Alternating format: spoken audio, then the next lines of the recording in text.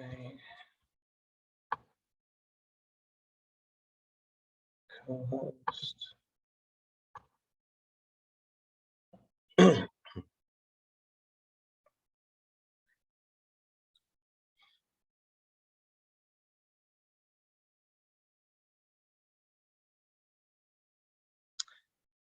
I made you a co-host. Thanks. Okay.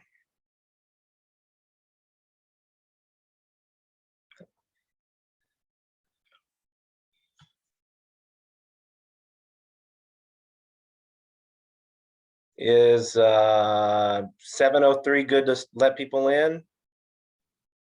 Yeah, I think so. That's fine. All right. I'm just getting my audio set up. Right now it's just me and you, so.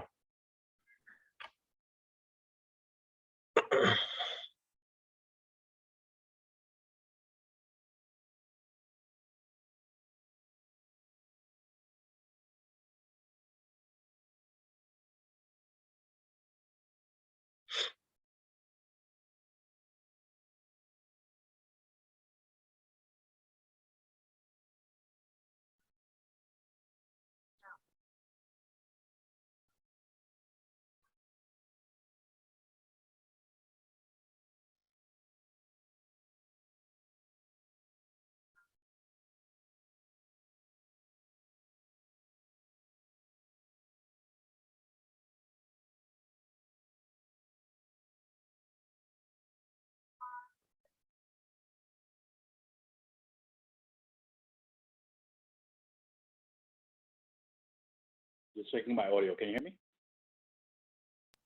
Yes. Okay. Just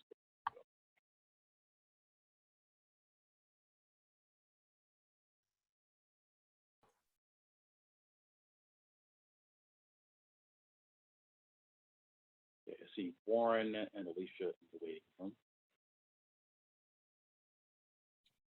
I'll give it another minute. Okay.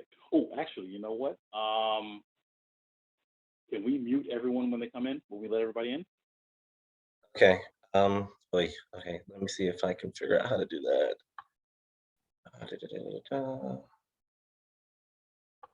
Okay, I will mute all. Okay. Okay. Should be muted when they come in. Okay.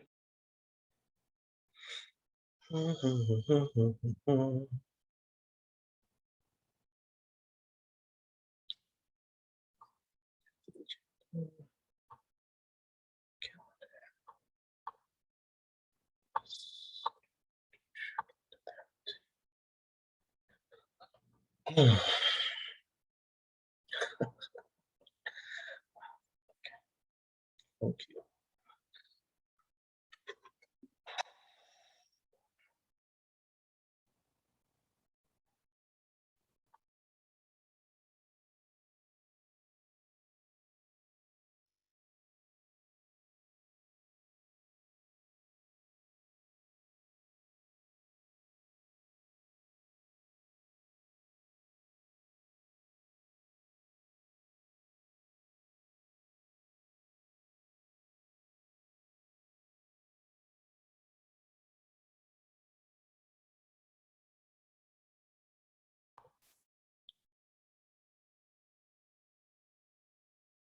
All right, it's 7:03. I'm gonna start letting them in. And you're muted, FYI. Okay.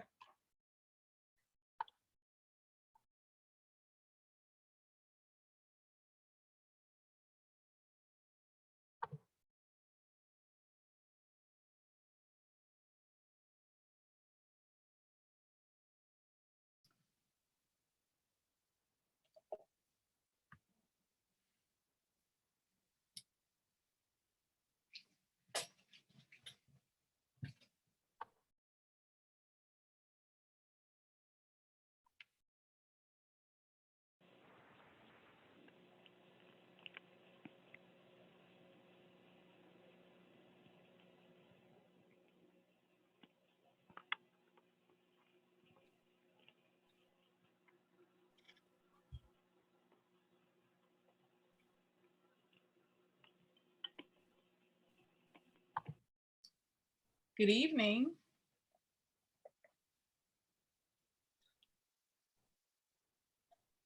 Good evening. Oh, okay, so you can hear me, okay.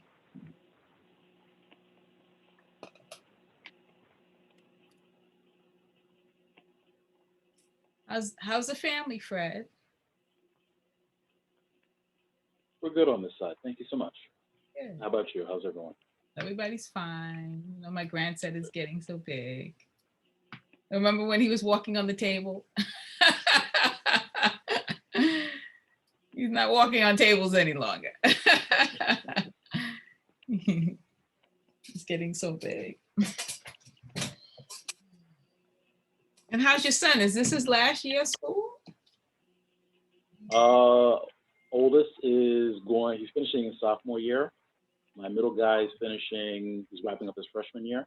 Okay. And my daughter is a rising junior. Okay. In high school. Okay. But the other two are in college. Yes, they are. Yeah. Yeah. About.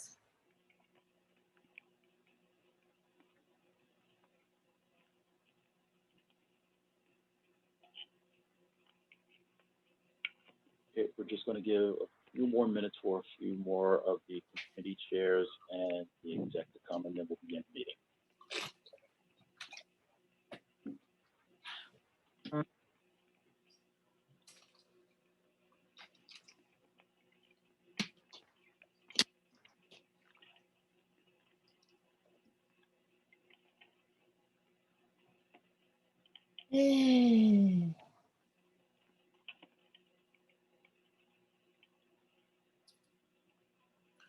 And who's hosting? Who's behind BB Community Board? Ms. Hilton? Is that you? Oh, hi, Dante. Not Ms. Hilton. No, you don't look like her. How are you doing, Dante? I'm well. How are you? I'm fine, thank you. Are you guys now fully back in the office, or? No, more of a hybrid situation. Certain days we go in, and then other days we're working from home. Okay.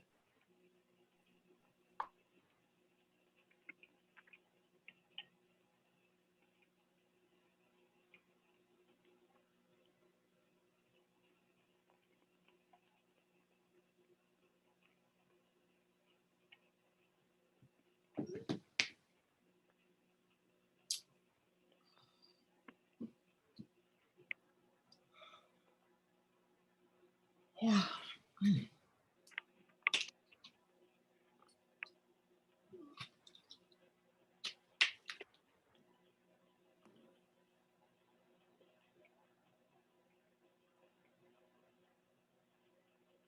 We'll call the meeting to order in about another minute or so.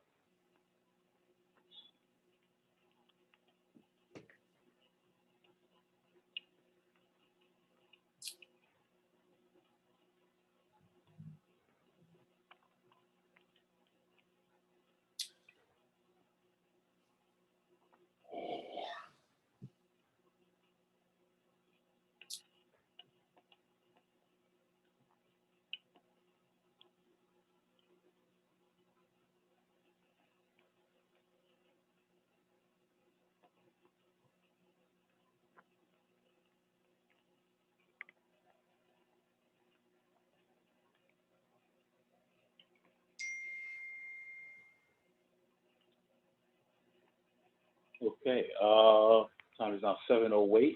I want to be respectful of everyone's time. I think we have a quorum of the executive committee as well. So we're now going to call the meeting to order. Alejandra, are you prepared to start with the minutes? Yeah, this is like my 7th hour of Zoom today, so I'm gonna keep the camera off for a while. Understood. Okay. All right. So the time is now 7:08. We are calling the meeting to order. I want to welcome everyone to the Executive Committee meeting of Community Board 9 for the month of May 2021. My name is Fred Baptiste. I serve as the chair of the Community Board, and I'll be chairing this meeting this evening. With regards to, we don't have it, but the rules of conduct, I just want to remind everyone that this is a place of respect. We want to make sure we try and let viewpoints be had. But we also want to make sure that we're respectful of everyone as well. So please wait until you're recognized, at which point we will allow you to ask questions as well.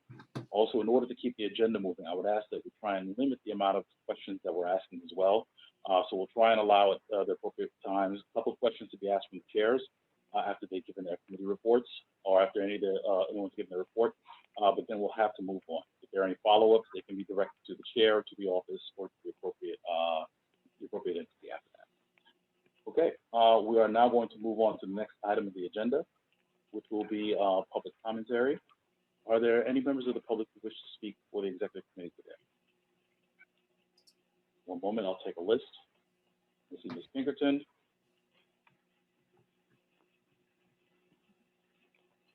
Ms. Boyd, I see you as well. Are there any other members of the committee who would like to speak?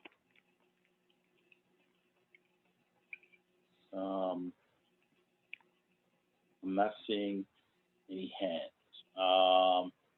Okay, so we will begin speakers period with Ms. Pinkerton. You have 3 minutes before the board.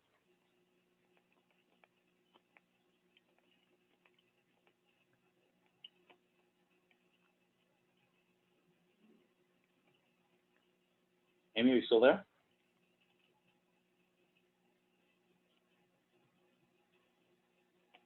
Yeah, Amy, are you there? We can't hear you.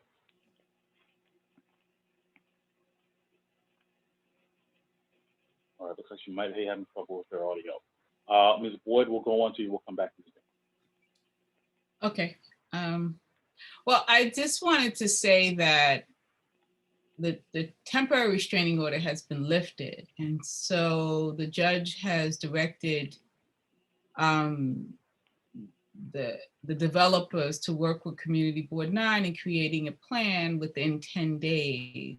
And that quite a number of days have already passed since that order was placed on the 13th. So already 5 days has passed. And so there's only 5 more days left. As a result, what I did is I put a motion on, and then the judge refused to allow the community board members who were trying to get into the hearing.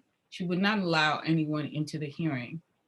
And the developers kept speaking on behalf of the community board and kept making accusations about you guys as far as your unwillingness and all kinds of other stuff. Anyway, to kind of curtail that misinformation and to allow the community board to be able to speak on its own behalf, what I've done is I placed a motion in the court to include Community Board 9 onto the lawsuit. And then this would give Community Board 9 an opportunity to speak because the judge is not allowing Community Board 9 to speak any other way. So that motion has already been filed with the court. And so that will give Community Board 9 an opportunity to speak. You obviously will speak through your corporation counsel, but you can also be present at the hearings as well. And so that would allow you to at least be able to hear what is being said, because right now, everything is just hearsay. Like I can say one thing, the developer's obviously saying something else. So it's not that we are saying that Community Board 9 has done anything wrong. We are just adding you onto the lawsuit so that the judge can also bring you in and ask you questions and you could be a part of the process because the judge is asking you actually to do that. But she doesn't have any authority to do that unless you are on the lawsuit. And if anybody has any questions, please ask me. Yeah. As with a few attorneys on the community board, I had a few, there's quite a few questions that immediately come to mind. Exactly. So the lawsuit, the defendants are the developers, or is it the city themselves? It's the city that, well, they are also, you have to put the developers on because they will be affected. However, no relief is being requested of them, but they are on the lawsuit as required by law. So, the, they have been saying that the judge cannot direct the community board to do anything because they are not on the lawsuit. And so this will help to curtail that okay. by being And on then, the lawsuit.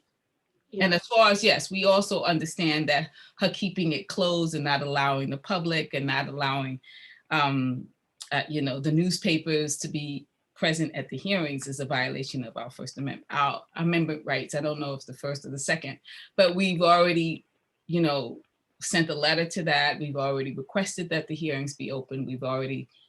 So we already are pushing back against that. And we do have a motion in front of the court to ask her to open up the hearings. Because it's just insane for her to continue to keep those hearings closed. Yeah, Alejandra, if you have one more question, we can. If you have one more question, we can take that now. But I do want to make sure we do that.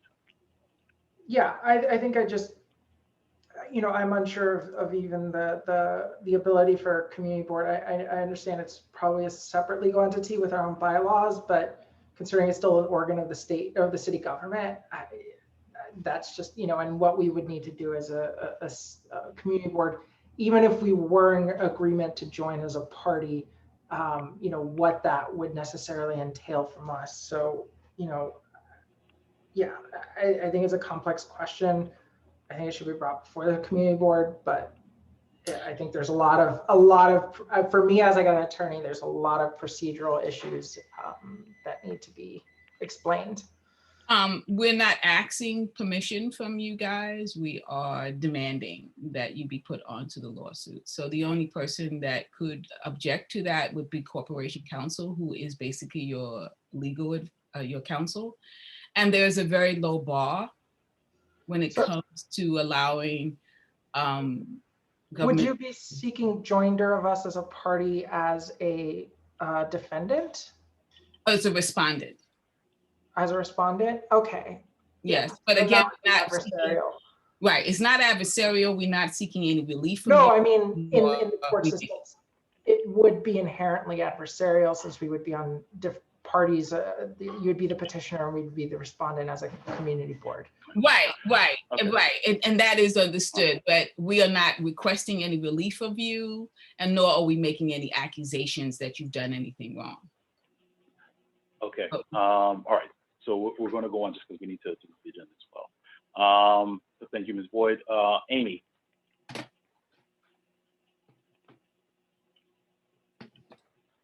She says unmute. Yeah, I finally right to unmute. And again, I sent an email. Fred, my only comment is please either raise the volume of your mic or speak directly in your mic. You're always very low on these calls, and when you turn your head, virtually your voice disappears. I just want, that's the only thing I want to mention because I know I mentioned it before, but that's it. Okay, noted. I'll try and see if I can put the mic closer. Okay. All right. Thank you. Are there any other members who wish to speak as part of public commentary?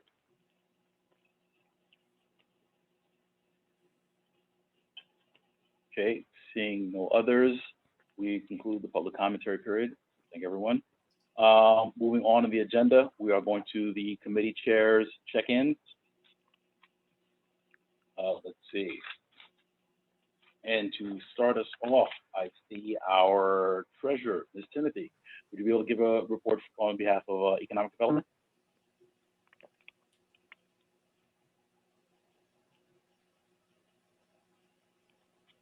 Hi, can you hear me? Yes. Hello? Yeah. So we had a meeting on May 10th, the Economic Development Committee, and we had a discussion on a request made by the Transportation Committee with regards to open streets, the open streets program in our communities. And what was asked was for us to more or less interact with the local businesses to find out whether they would be interested in doing something like that. And we would report back to the Transportation Committee or do a presentation, as was mentioned. And I responded to Carmen, informing her that I would bring it to the attention of the committee on the 10th. So I did, and we had a discussion, and pretty much I did some research in terms of all the who, what, when, why, how, and looked at what the program entails. And Dante was also on the meeting. And after doing some research in terms of the buses that, running through those, particular areas that they were planning to do this, I know that, bus routes are not a part, cannot be a part of that. The open streets program. So I know that the 43, the 12, and I believe the 16 runs pretty much in that area. So, I'm pretty much still looking into it, but I don't know what specific details in terms of when, they were looking to do something like that. And looking at, we're already in May and June is quickly approaching. And I know July and August, nothing happens pretty much with the community boards. So we pretty much talked about, an upcoming corridor walkthrough, which we can plan, to interact with the businesses during that time. Can you hear me? So that we, so that we can get a sense as to what their needs are in addition, and maybe we can also, ask them about, their interest in the Open Streets program. But that is in the planning phase. So hopefully we will have some information on that soon. I believe that Khalid and Dante probably working on dates. We were going to include the Assembly member Richardson, but apparently there's some setbacks in terms of them getting back to us. So the final decision was to go ahead and, just schedule something and just, do the walkthrough and see what happens. So that's where that is. In terms of, I'll also speak about the treasurer's report, which I plan to do one at this upcoming general board meeting. And that's my report at this time. Okay, thank you very much, Debbie. We will take a couple of questions for the Economic Development Chair.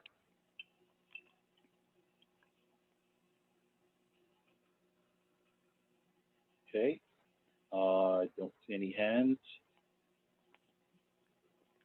Okay, seeing none. Debbie, thank you very much for your report. Okay, so next, if we could have Alejandra, would you be prepared for a Housing Committee report at this time? Yeah. So we had a relatively quick meeting this month. One of the things we wanted to do was have a final meeting in June with information specifically regarding the new laws passed in Albany with funding dedicated to tenant protections, as well as to help pay back owed rent and rent arrears. I reached out to Assemblywoman Diana Richardson's office, as well as State Senator Zelnor Myrie.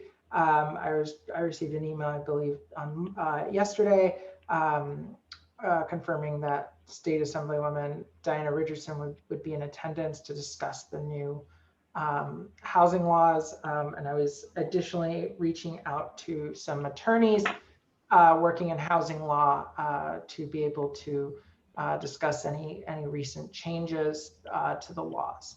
I don't think it's going to be quite as comprehensive as the one as we did in October, but I am anticipating at least having enough of information that we should expect, or we should be promoting this to the community board writ large, as well as to the broader community, so that they have an opportunity to attend and hear directly from our reps and elected officials what they're able to do in Albany this year, and to make sure that they know what their options are regarding to, tenant protections. Okay, thank you very much. Are there any questions for the housing chair?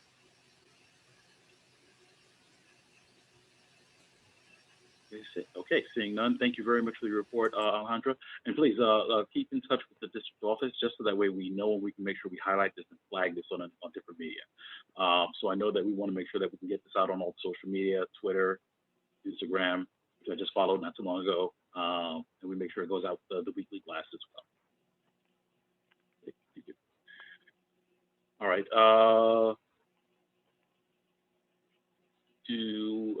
Warren, do we have a report for environmental protection? Hi, everybody. Our meeting was canceled due to non-attendance. So I have no report, but hopefully I will. I know one of our key members, Amy Pinkerton, arrived late because she had to work. But we can do what we have to do at the next meeting. Thank you. Okay, very well, thank you. Are there any questions for the environmental protection chair?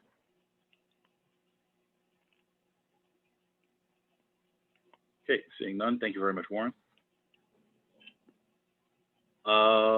If we could, I see the chair for youth services. Primo, are you on? Are you prepared to give a report? Sure thing, sure thing. During our last meeting, we debriefed our previous event, financial services, and we began to plan our final event, which is going to be a field day. And that'll take place either in the last weekend of August or the first weekend of September.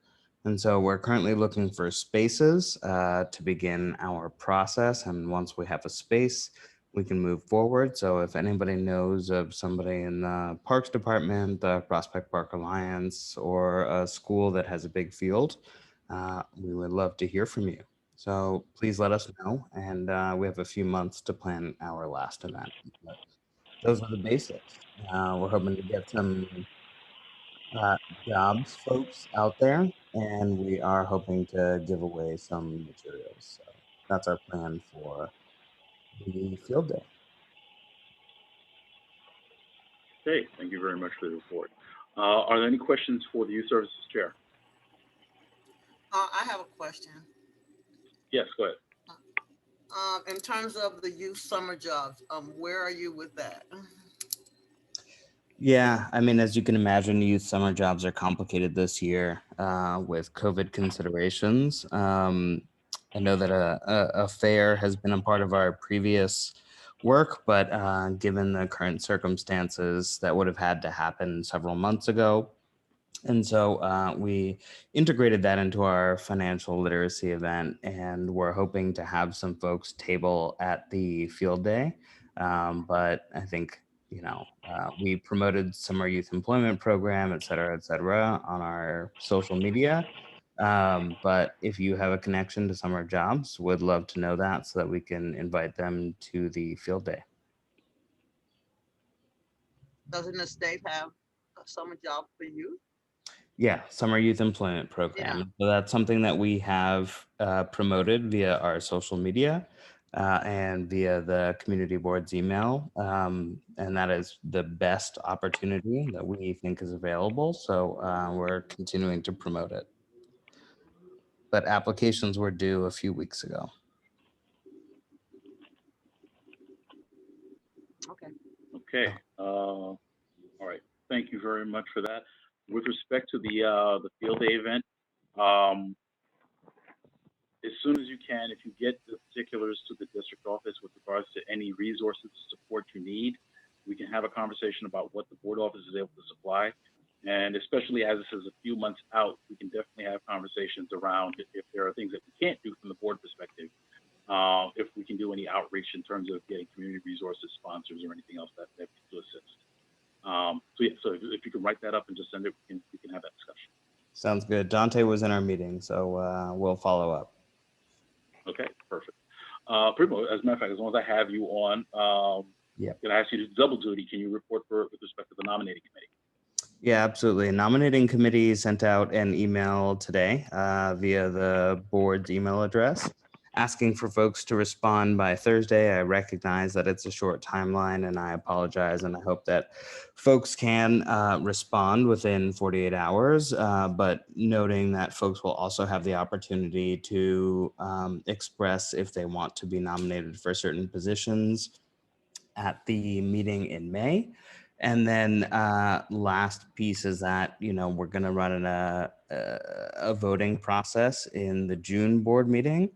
And that will most likely be done via SurveyMonkey as it was last year, with the slight possibility for paper balloting should anything come up. So please respond over the course of the next 48 hours to the email. And thank you.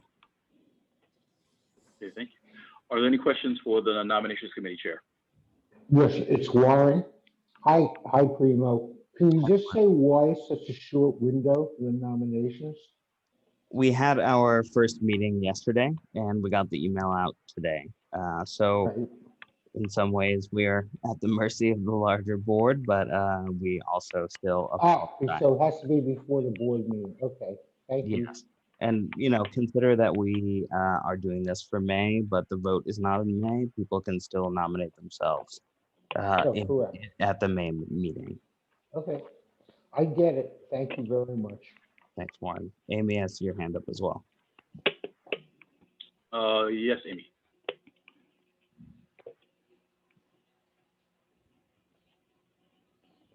Yeah, Amy?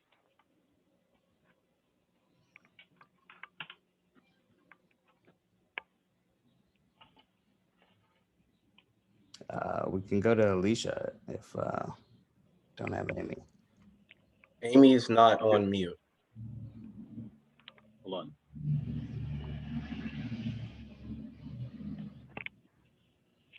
Okay, Alicia, you should be unmuted. Okay, just in the past, the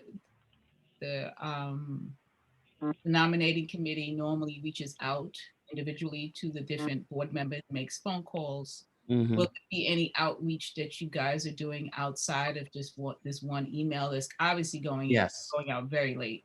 Yes, acknowledge that, Alicia. And yes, we will be doing that. We're asking for Thursday so that we have 2 days, Friday and Monday, to call folks who don't respond to the email. So if we don't hear from folks on the community board, we will reach out to them individually via the phone. Okay. I just Primo, because I've been in this community board for quite some time, as far as watching them, just make sure that anytime that you guys call, that people keep a record, because people will say that they didn't get you guys to reach out to them. So just make sure that there's an ongoing record.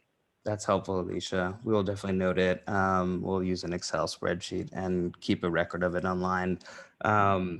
I know that it's a short timeline and I apologize for that. And we will make it an equitable process by reaching out to everybody that we haven't heard from via email. Okay, Amy, I see your hand up. Did you still wish to speak, or? I just have a quick question, Primo. Thank you. Are you doing the ranked choice voting? And if yes, will you have a little bit of tutorial before the vote actually takes place, or during, right before? Thank you. That's a good question. We're not going to run ranked choice voting. We're doing a majority vote. So if you don't get majority vote, there will be a runoff vote that will follow for the most chosen candidates. All right, thank you. Thank you, Amy. Okay. All right, thank you very much, Primo.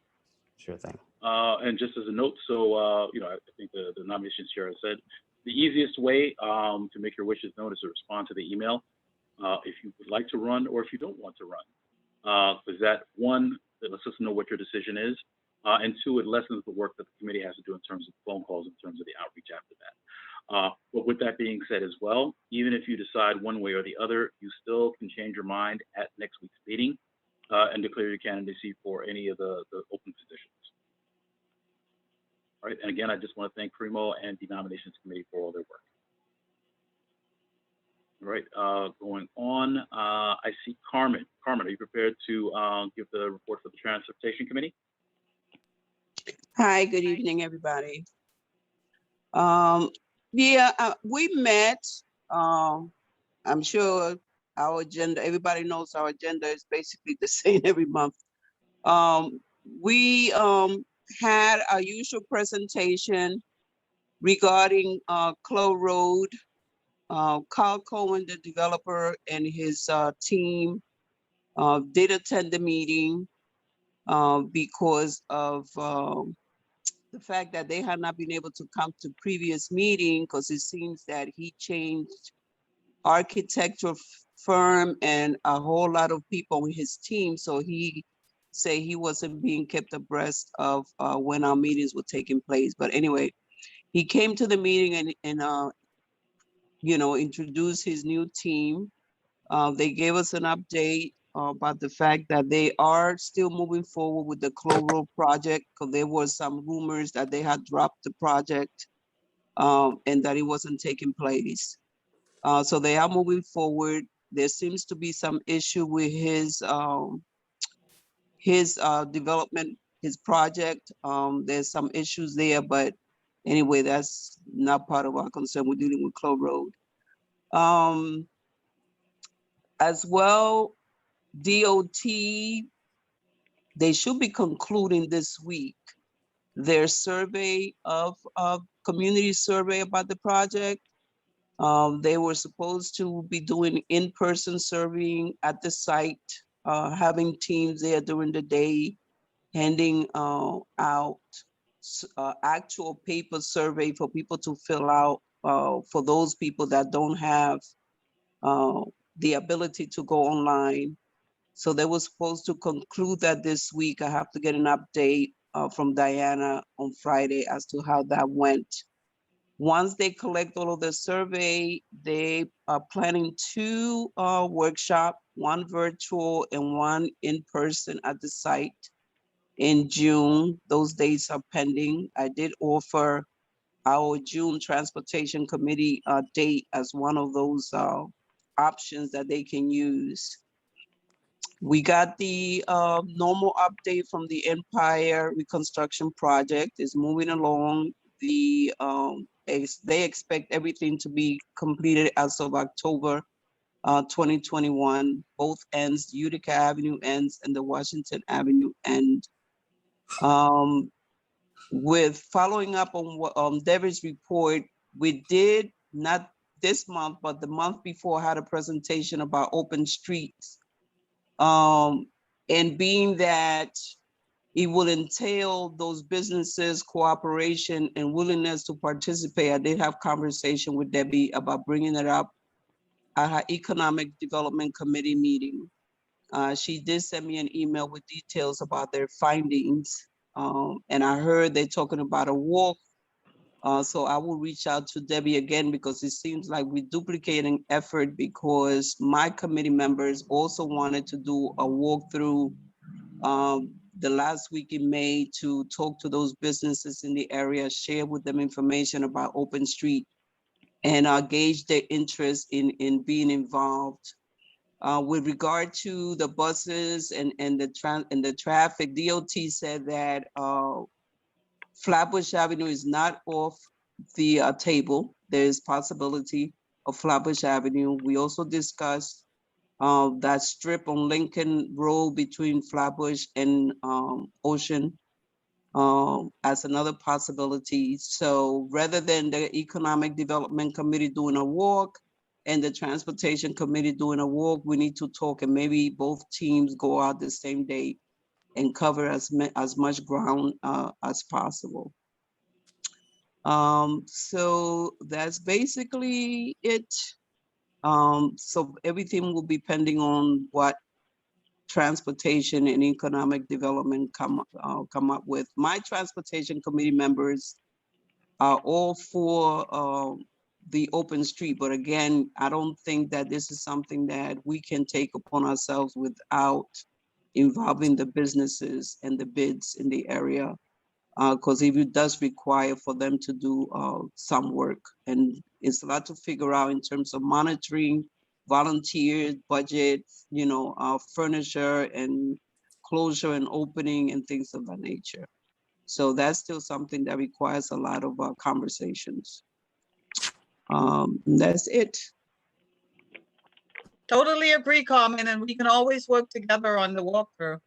We'll Mhm. just include, Dante and Khalid on that as well. Yeah, Dante actually was at the meeting. Okay, Yeah, good. so Yeah. he was part of the conversation. Okay, great. All right. Yep, So it might behoove us to do some kind of joint meeting, absolutely. both committee talking at the same time so that we can end the meeting on the same page. Okay, so we'll talk. Okay, no problem. Great, thank you. Thank you. Okay, thank you, Carmen, for the report. Are there any questions for the transportation chair? Hold on, I see Ms. Boyd. Are there any other questions? Seeing none. Okay, Ms. Boyd, your question? So I'm just a little confused because if I'm correct, you're talking about considering closing the street on Lincoln Road, and that's between Ocean Avenue and Flatbush, where all of those buses go through there and stop there, and you have all that if you do that, how is the buses supposed to get around that corner? Where are those buses now going to go? I mean, that's a lot of buses that come through that Lincoln Road. And so I'm just a little confused about why the Department of Transportation would even be considering closing off that particular street. And then closing off Flatbush, a street on you know what traffic is like on Flatbush? I'm just a little confused. Is it that they are actually stating that it's a possibility of closing down Flatbush Avenue, and that it's a possibility of closing down Lincoln Road, where you have all of these buses going through? Is that what I'm hearing? I just need to be clear about that. What you're hearing is that there are discussion, and everything that all of the points you raised were raised by committee members. And according to DOT, it is not off the table because it could be done on Saturday and Sunday. It's not a complete closure. There's partial closure. There's a lot of different ways for the street to be closed, which is why we're saying that we have to have conversation with the businesses because they are the ones that are going to be most affected by it. So we throwing stuff on the table. It's like a domino. We're rolling them around along with DOT, bringing in the businesses and finding if they're not interested, then they're not interested. It's not even a discussion to continue to have. But there have been interest. And they also have said that they have had conversation with some of the businesses that have reached out to them. Because anybody can apply, they can submit their application online. It don't have to be through us. The businesses can get together and submit their application. So what we're doing now is looking at all the pros and cons, how things are going to be affected, transport, traffic, pedestrian, the restaurant, the closure is something that's being explored. It's not something that has been determined. This is why we're doing walkthrough, having conversation with the businesses, bringing them to the table, sitting down with DOT and trying to iron everything out. It might be that it will never happen. It might be that it may. Well, I would think that it would be more than just the businesses that should be having this conversation. It would be the residents in the community that would be completely affected by the rerouting of buses and Flatbush. I don't know how you're going to manage that. I mean, Flatbush is already a mess. You know, you could barely get through there Monday. Right. So 7 days. Okay, I understand, Fred, but I think there would be more than just the businesses that need to have this conversation. I think the residents also need to be a part of this conversation because businesses like the fact that, you know, people could just walk in the streets and then go to their business. It's whether, you know, the effect that it's going to have on the residents. Okay, but that's my comment. Okay, and the details, Thank you. I think both of the chairs are committed to the details will be discussed in the committee meetings. And there will be opportunity for residents and businesses and other entities in the community to weigh in on that. Just as a final note, it's not necessarily unprecedented to have large streets closed. Atlantic Antic, they do it there with the support of their business people every year. Sections of Flatbush, I do see closed down periodically as well. Yeah, so it's not unprecedented, but going back, the committees will work it out and they'll have that conversation. We'll see where we go from there. But again, thank you to the chairs for that, for the reports. If I could ask Ms. Almanor. I'm sorry? I raised my hand. I want to add something. Very briefly. Okay, moving on, but very briefly, go ahead. Well, I applied for Open Streets, and anybody can apply for Open Streets. Like, as long as you have an organization that is willing to deal with the open streets, like putting up the barricades and all of that. So I don't think it even needs to go through CB9 or any of that. I think you can just do it. Just to let you know that I think that that's the way it can be done. Although I think those are really bad ideas to have open streets, but you know, I just wanted to have people know. Can't close the street without going through CB9. Thank you. And just as a point of information, that's a street activity permit. That SAPO application does actually come through the board. And the police department. Yes, absolutely. That's all part of the SAPO process. So the board would still weigh in on that application as well. But again, going back to the original question, that's all going to be worked out by the committees, and they'll be able to report back to us in terms of what progress is made. So thank you for the comment. All right, just as a matter of fact, quick housekeeping. So 5698, Ms. Williams, is that you? Yeah, that was me. Okay, no, just wanted to identify the numbers on the call. Yeah, that and then was I see a number ending in 2512. Could you just identify yourself?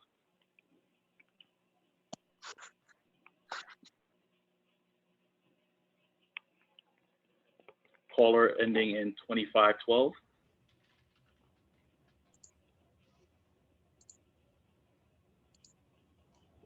Hello, it's Maxine. Can you hear me? Oh, okay. All right. Miss Maxine. Okay. Thank you very much. Just wanted to identify the numbers. Okay. All right. So we are now going to go on. Mr. Almanor, I see you on the line. Are you Parks? Yes. We met on Thursday the 13th, and we had a good enough discussion. We had a presentation from the Prospect Park Alliance, which was very informative, and I think we're probably going to get engaged with them with a lot more. They presented a lot of the plans that they have. Then we talk about some planning. The idea of the field day was also discussed, as Primo spoke about, and we had a discussion on that, and most of what we did will be reflected in the minutes. And one of the things we talked about was to look for the inventory of park and green spaces. I understand after we found out there was a survey that was done 2 years ago, so we were interested by the next June meeting to get an idea what that is, because the idea was to go and do some walkthrough to survey what are the parks, what are the green spaces, what are the community gardens that are in CB9, so we could get an idea how we can interact with them and make as much as we can to beautify and clean this CB9. So this is in short my report, and then the minutes of the meeting will be posted and people can get more information from there. Frank, yeah, you have your radio on. Okay. All right. Thank you for that report. Are there any questions for the Parks, Recreation, and Cultural Affairs Committee?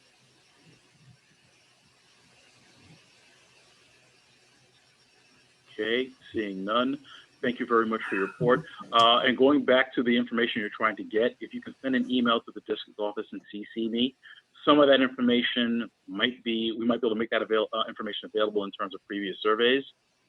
Or we might be able to get that information from the Department of City Planning. They might actually have that in terms of what's in the district. So they might be able to do that for us easily. So we can get you those resources. Thank Okay. you for that. Thank you. We'll follow up. Thank you very much. I see our second vice chair, Ms. Leopold. Are you prepared for a report for Health and Social Services? Yes, sir. Good evening, everyone. Sorry for the lateness. I'm over by my sister. She was released from the hospital, so I'm so sorry. So I'm over by her. We met, our committee, we met last month, and we had Dr. Hu did a presentation on mental health. Let me turn on my camera, I'm sorry. She did a presentation on mental health, which was well received, and we're looking forward to her coming back again, and most likely we will have more attendees. The information was, really good. Her presentation and everything was really good, and those people who attended, I think some members of our board, they attended, and then they spoke very highly of the presentation. So I'm looking forward to have it again. As anything as we continue our healthy cooking next month, on the 6th of next month. We have to change the chef. The person who was supposed to do this, he will not be able to do it. So we'll have the first chef who came on, she will be doing this. So, and also we have a presentation on obesity and and also on diabetes. And then we'll also, since June is Men Health Month, so we'll also have a discussion on men's health and how diabetes, how it affects men and the different ways that it affects men. We'll have that also. And then we are working with Phoenix, New York, for we know that so many people out there have been suffering with mental health since COVID, and it's ongoing, and it's not, much people are not getting any better. So we're partnering with Phoenix, New York, and which she have been reaching out to us. And then we will have a series of exercise sessions and yoga and walking and stuff like that at the park. The dates are yet to be given, but we will be meeting most likely on Sundays and on Saturdays. So we have Saturdays where they just have the walking, the group will meet, and we'll have walking, then we'll have meditation, they will have yoga, and also even the doctor who did the presentation on mental health, she also from Kings County, she would be working with us as well. But it is really something to have people to meditate and just to release some stress and with everything that have been happening around them. So this is what we have planned for now. And coming up in July, we have somebody who will be coming to speak to us on human trafficking. And the DA's office and the Brooklyn NAACP and the DA's office, and also one of the sections from Kings County Hospital will be collaborating together, and then we'll be producing this talk on human trafficking. That's it for me now, sir. Thank you very much, Madam Chair. At this time, we will take a couple of questions for the Health and Social Services Chair. Ms. Pinkerton, I see your hand up. Are there any other questions? Okay, seeing none. Ms. Pinkerton, what is your question for the chair?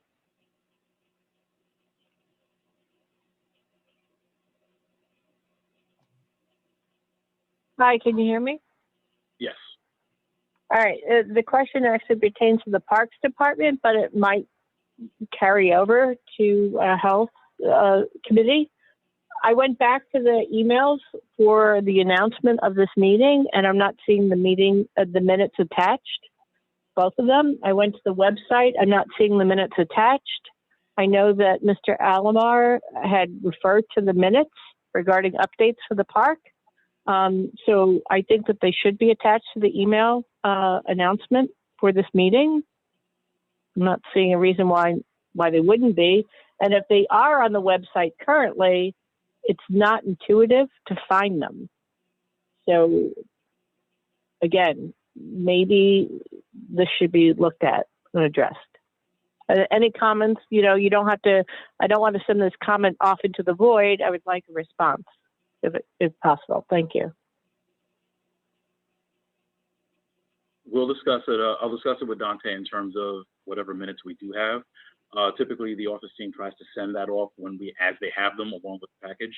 But we'll discuss that. So that'll be a process improvement. So Dante, we'll take that one offline and we'll see what we can do about making sure the minutes go out. But at the very least, and I think this is an opportunity for us to ask all the chairs to please make sure your minutes are completed and you can get those into the office by the end of the week. We can make sure that all those do go out to the board prior to the board meeting next week. So just as that. All right, Ms. Boyd, I will see your question and then we're going to move on the agenda. I think that it's also supposed to be posted on the website. So it's not supposed to be just given to the board members, but to the public. If you don't post it on the website, then people cannot access it. So now that we have, you know, a district manager, this should be a priority because it's a part of the open meetings law. So I don't understand why we can't be able to click on a link, see all the minutes and be able to access the minutes. I've been told that this was supposed to happen and still hasn't happened. And I'm just confused about why that can't happen. Well, I'll take that. We are in the process of uploading minutes. It takes a lot of effort to upload those minutes to the website. So if you go back and look, all the 2020 should be up there. We're in the process of rolling the 2021s.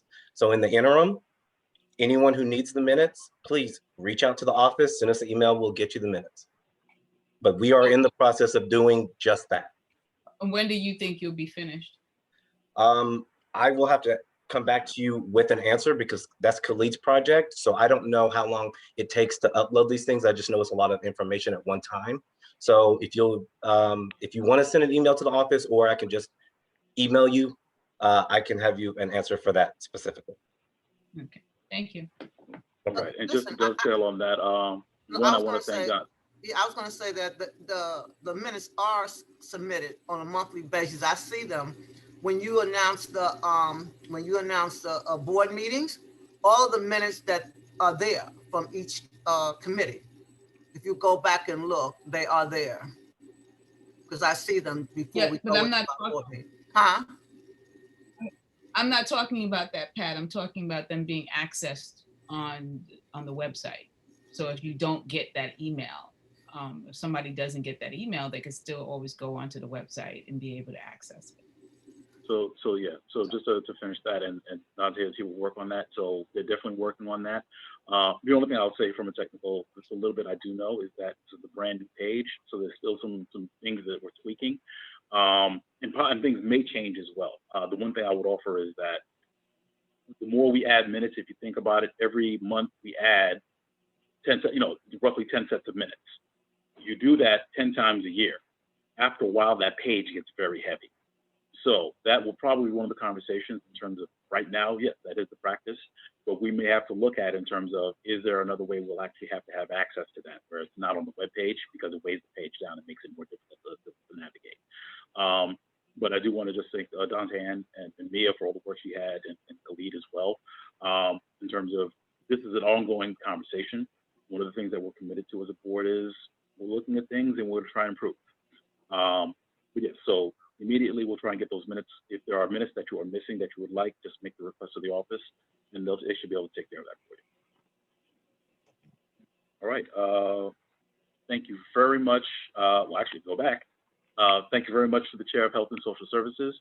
And please give your sister our warmest regards and our best wishes for speedy recovery on behalf of Community Board 9. Will do, thank you. Absolutely. Are there any, oh, sorry, hold on. I was getting ready to move on. ULURP, Ms. Moses, do you have a report? You always leave me for last. I should leave the meeting early. Yes, we did have our May meeting, and as Ms. Boyd stated, the TRO has been lifted, and a plan is supposed to be submitted within 10 days with the developer and Community Board 9.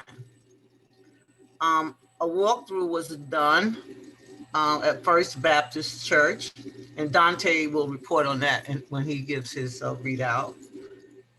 A follow-up notification was given to the chair, which I submitted for 2 committee members to be removed. So I don't know where that is, but one is a community resident and one is a board member. And I did submit all of the days those persons were not reporting to the meeting. Also, there was an issue of the conflict of interest. And I think the chair did a follow-up and he will report on what was reported to him. And at present, we're still waiting for a plan from the 960 developers, because we also have to have input into that plan. And as far as the minutes is concerned, I haven't gotten them yet and they're pending. So hopefully, Warren, you'll get those minutes into me so I can have them on time. Hi, it's Warren. Yes, I completed the minutes. I just sent them to Mia to fill in some details, and she will be sending it to you prior to being published. Thank you so much. Any questions? Yeah. My apologies, I had to get off for a second. Are there any other questions for the chair? Oh, hold on, here we go. All right, I see a question from Ms. Boyd. And I see a question from Ms. Pinkerton. Okay. Are there any other questions for the ULURP chair? Okay, seeing none, we're going to end on Ms. Pinkerton. Ms. Boyd, question? Well, I was at that ULURP meeting, and I know that the ULURP members were very upset over the fact that there was a question of it being actually held at the Baptist. There was no decision that it would be held at the Baptist church, because the Baptist church minister had come out in support of the development project. And there was a discussion about it actually being held outside because it would be more advantageous and, pose less health risks. So how is it that now a decision has been made that it would be held at Baptist when that was not a decision that came out of the ULURP process? I mean, I'm a little confused about why the Baptist church is now on the table when the ULURP committees were very upset over the fact that it was being considered. And the last thing that I heard when I was at that meeting was that they wanted to do something outside. Who's they? Who's the ULURP members? The ULURP I'm members. sorry, what the day is, a member had an objection and it was read into the record of why that particular person had objection to it being held at First Baptist Church. And quite a number of other people had objections to it being held at the church. Right. Well, But I don't know anything about that. Right. I I'm was sorry, there. if I could hold on to the point the chair is making. The objectives were noted in the record. There was no formal recommendation made by the committee one way or another. We did do due diligence in terms of it was put forward by the applicant, so we did do a walkthrough in terms of due diligence.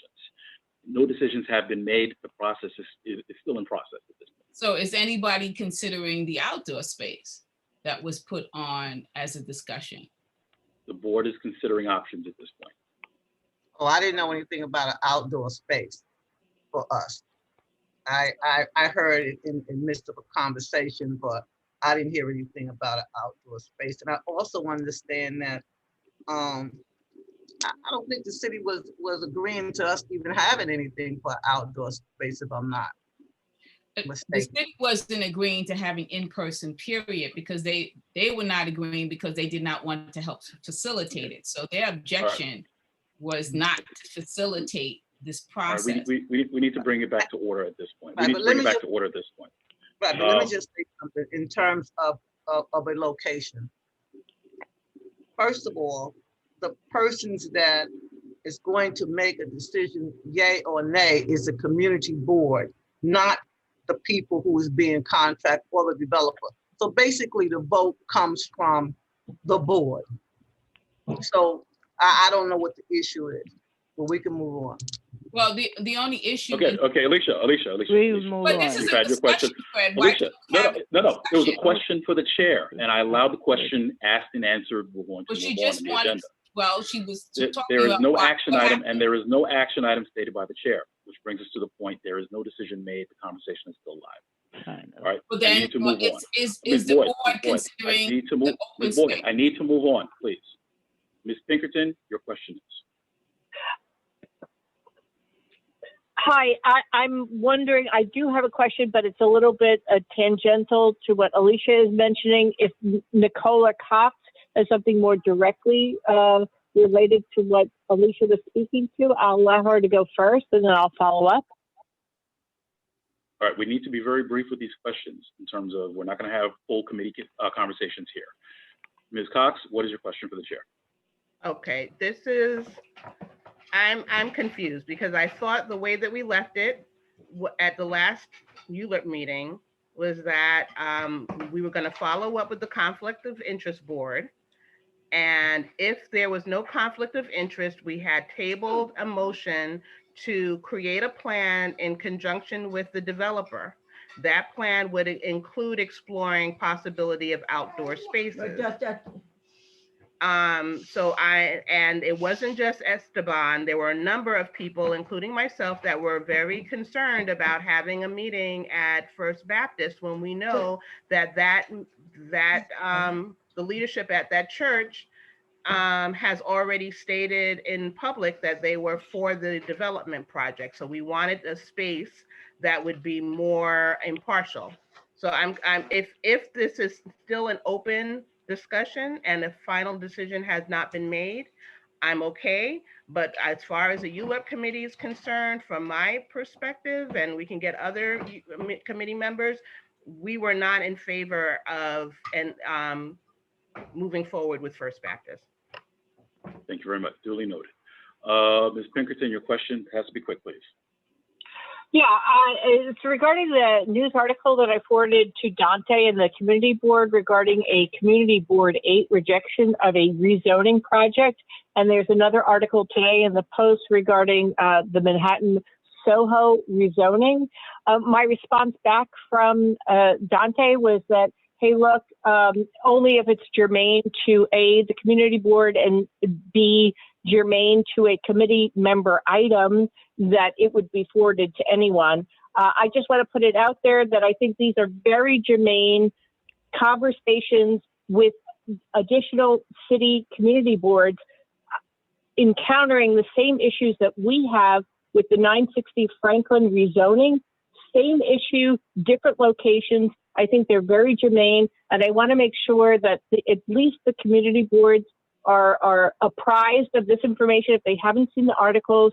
And I think they're very much tied to the decisions we're going to be making now and in the future. And I want to put that out there. Thank you. Thank you very much. That closes the questions. Thank you very much, Pat, for your report. Well, I would just like to say one thing, because it was stated that, let me just tell you how I feel professionally. Professionally, we are trying to get people to come in, and because they don't have any internet.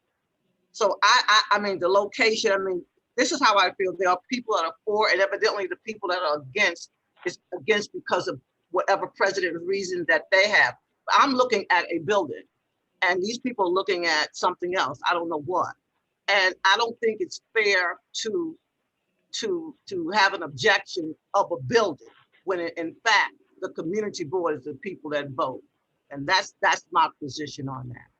Because my position is to get the community in there, period. All right, thank you very much, Pat. Are there any chairs who are present? And I apologize right now if there is any chairs who I have not recognized at this point.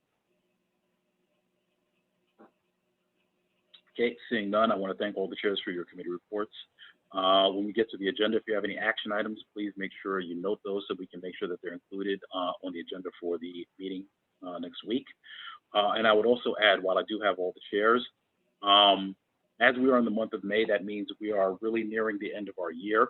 One of the things that I want to make sure that I would like to ensure that you do for your committees is actually do some kind of a retrospective for your committees in terms of what was accomplished this year, because we should make sure we highlight those things.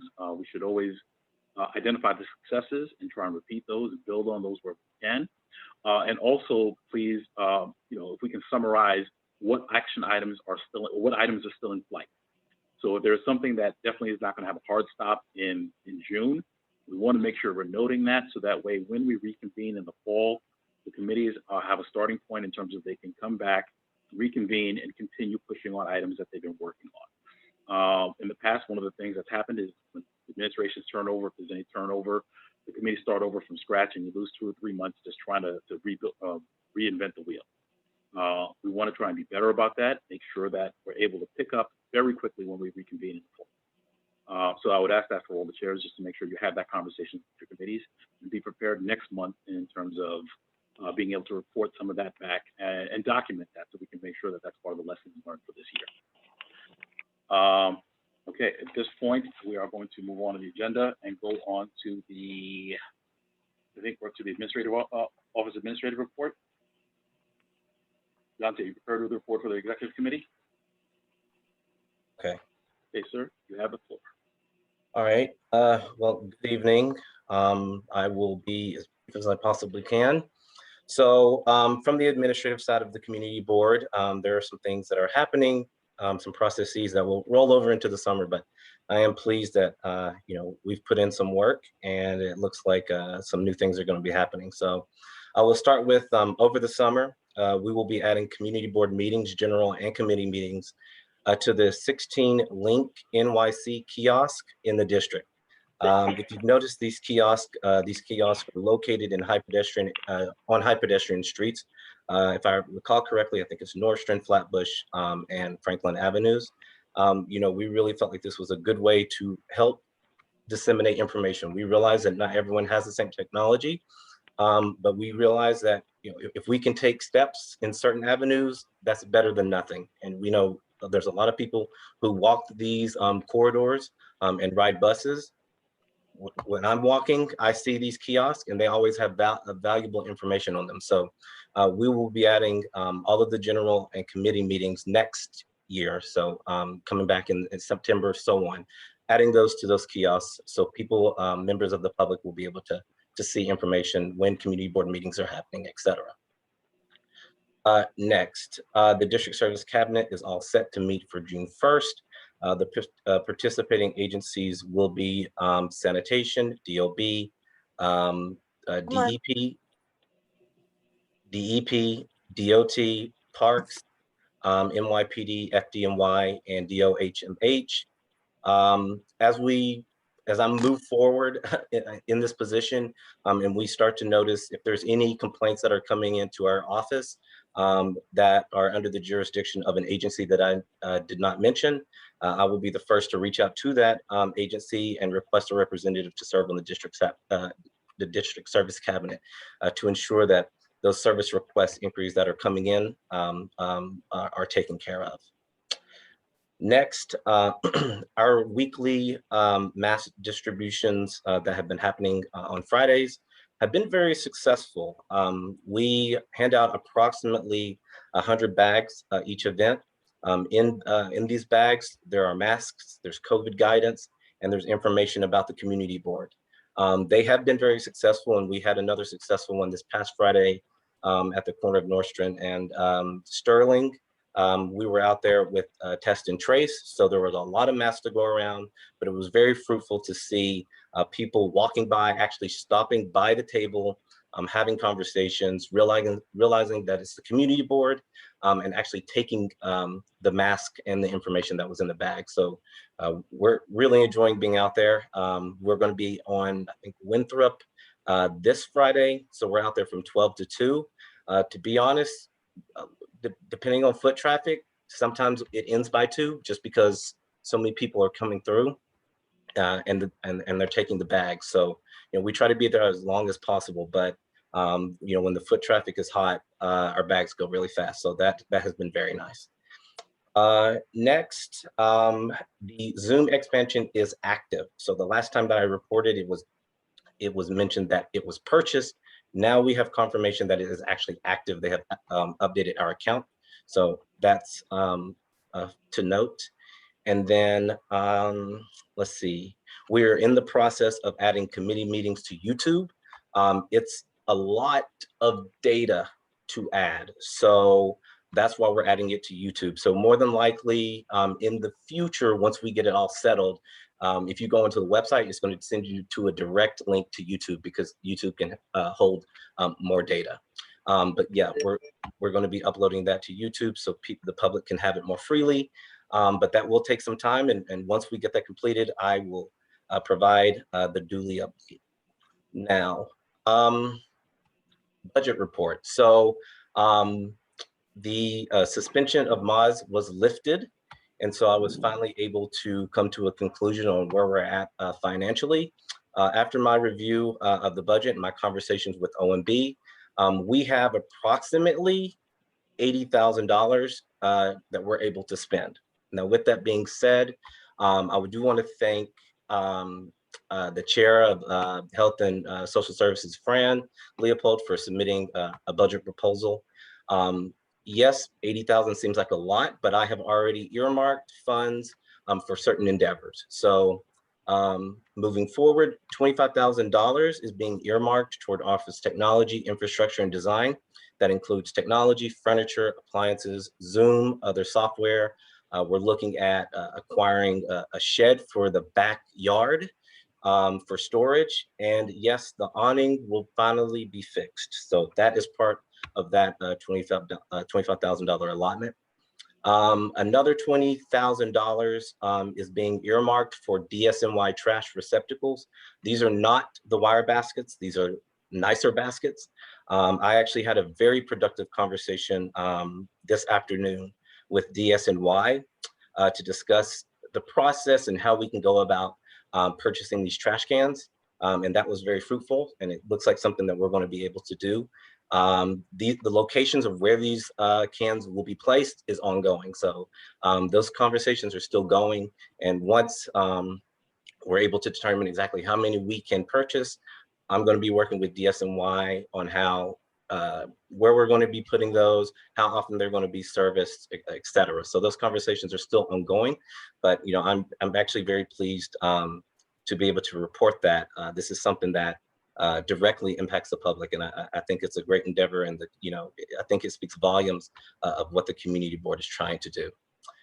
Next, now these conversations are extremely fluid, but are continue to happen.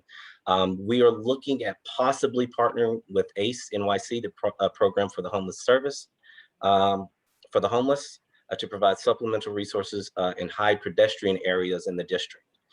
These services would cost approximately $10,000, between $10,000 and $20,000. That depends on the number of days individuals are out there, the amount of individuals at any given time, and of course, equipment bags. So yeah, those conversations are ongoing. I will have the opportunity to follow up with them, but I'm very pleased if we're able to do something like this, especially in our commercial corridors. I think it's going to be a great impact directly from the community board to the community.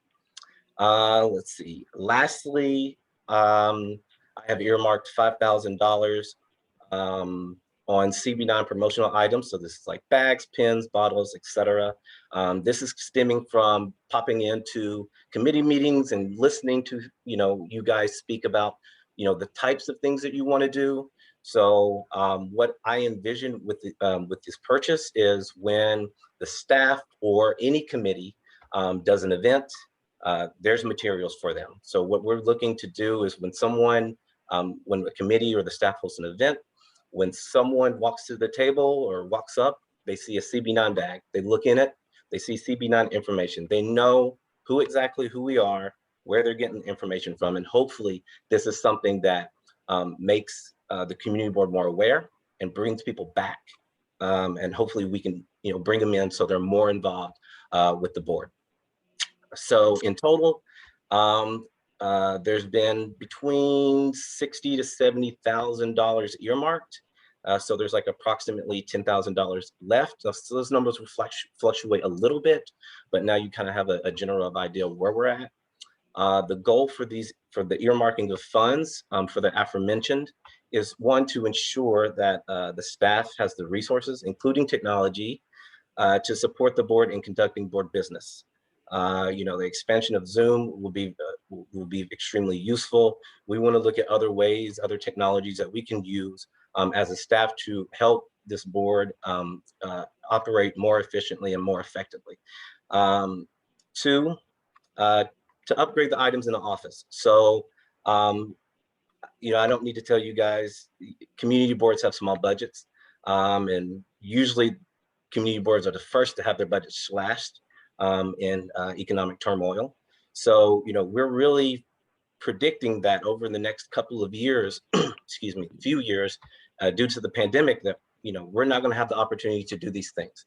So once, we found out that we had approximately $80,000, I want to take the opportunity to upgrade things in the office that we probably would never have the opportunity to do. So you're going to see, when there's a point in time when you come to the office, you're going to see new things. But 3-4 years from now, we probably wouldn't even have the opportunity to do that. And with this, a lot of the things in the office, they are relatively dated. So, we really want to take this opportunity to do these things. Next, I wanted to use the funds in a way that have a direct impact on the community. I do think that, the trash receptacles, and the reason, I really wanted to dive into the trash receptacles, especially on North Street, especially in front of our office. A lot of businesses don't do their due diligence with their trash. And so rodents get into the trash, they have a field day, trash is everywhere, the wind takes the trash, foot traffic takes the trash.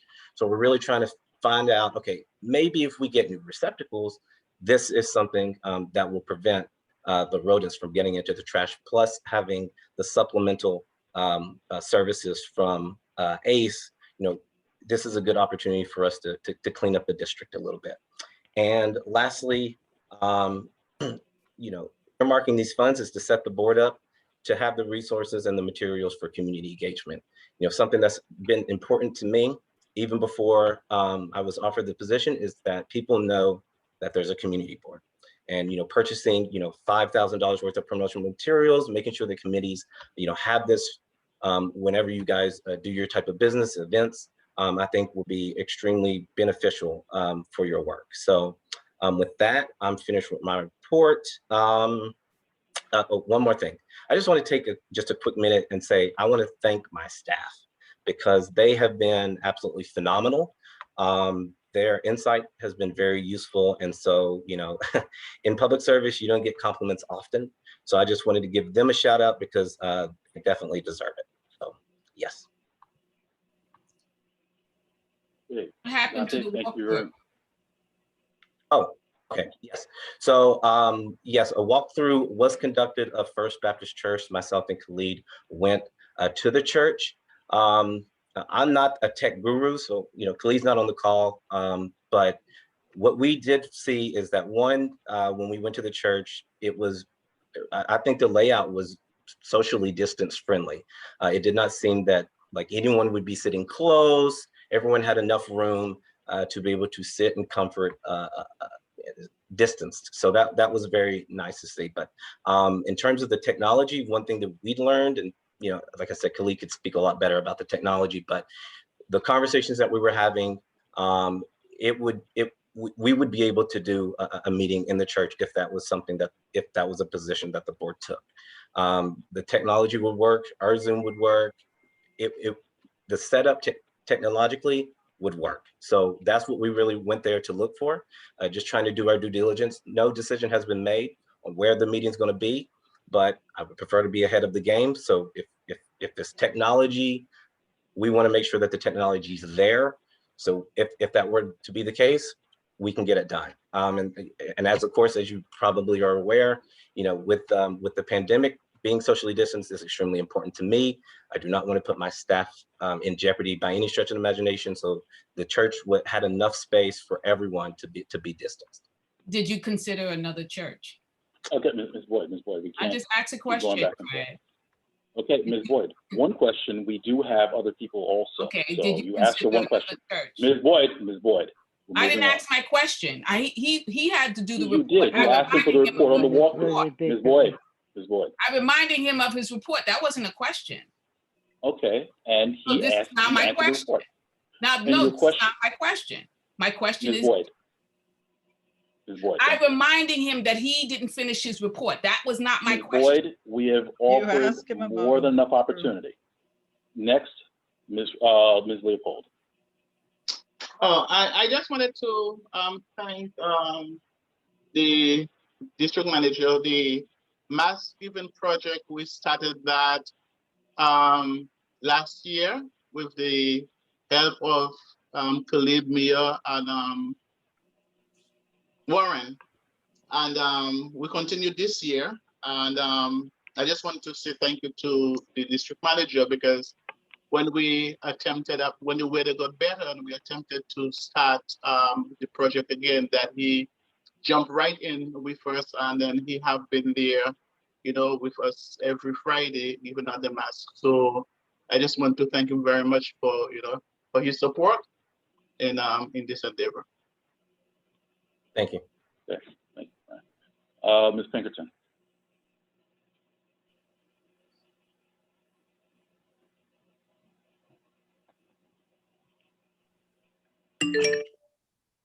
Hi, hello. So I listened to Dante's report, brings up several issues. I'm hoping if it's not addressed now, it will be addressed in the next meeting. First, for the financial report, does this have to be spent by July 1st? What is the end of the budget? You have $80,000. Is there a constraint as to when it should be spent? B, you said you're going to meet with this service committee that you're going to be meeting with. There should be, or hopefully there is a document that you prepare prior to meeting that you're going to bring forth the Community Board 9's interests in certain, like for sanitation, for the Department of Health, the DOT. That should be a written document. Hopefully it's available to the public, because I would think it'd be important that we know what you're reporting before you report it, and perhaps we could follow up with you on the answers. Secondly, breaking down the $80,000, you said $25,000 for office improvements. I know like a year ago when we had budget surplus, we upgraded the office. We did a lot of equipment and remodeling, or per se, but there was a significant chunk of money that we had for that year spent on the office. So I hope that you could address more specifically what, quote, the upgrades are and that weren't covered in the prior year. Also with the trash receptacles, where are these located exactly? I feel like living in the neighborhood for quite some time, it's not a matter of garbage cans. It's a matter of actually picking up after people who litter, because even if a can is right next to them, the choice is to throw the garbage on the ground. And so the BID, there's been the Richardson and Yvette Clark, they have funded the BID project or something like that. I forget the name of the organizations, all the way from like Greenpoint through like Empire. They have the people who come and clean the streets, made a huge impact. And I think our funding would be better spent in that regard, as opposed to just a garbage can on a street corner. Because note that the Community Board 9 block is bracketed by 4 garbage cans. You know, and none are used sufficiently, or if they are used, they're used in the wrong manner and the garbage prevails.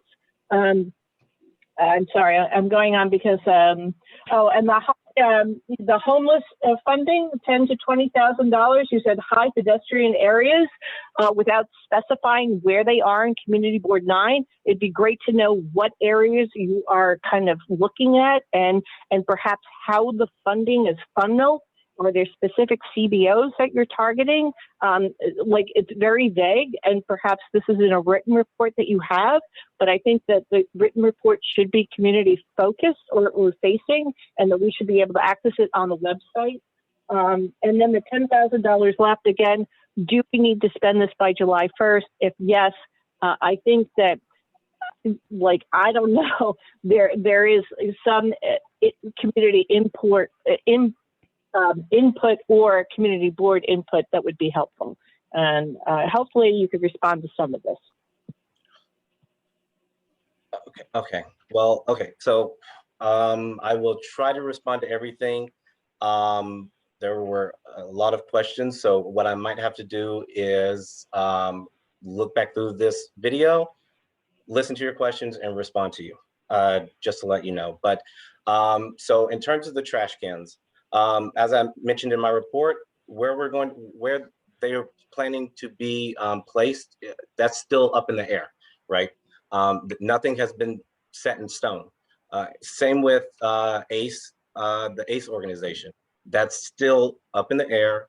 You know, what I really want is to have information from, this is why I'm presenting, have information if there's areas that you all think that, hey, this could work here. That's something that I think is fun. That's good information for me. I can take that back to DSNY. Same, I can take that back to ACE. So, you know, as I mentioned in the report, the areas and where this is going to happen has not been set. The conversations are still fluid. Let's see, what was another question? Let me take one of those questions, actually, with respect to some of the purchases that were made last year. One of the things that didn't happen last year is that some of them, although planned, weren't able to be affected because with COVID, the supply chains were all messed up. So there were a lot of tech upgrades, hardware, things that we had planned on actually purchasing that we weren't able to make happen. You know, furniture upgrades because they weren't going to be here in time for June 30th, which is the cutoff for the budgeting. So this is the reason why the district office team is working on trying to get those purchases done now and take advantage of that while we can. In the interest of time, if I would offer, so Dante, I think you have a couple of questions if you take those.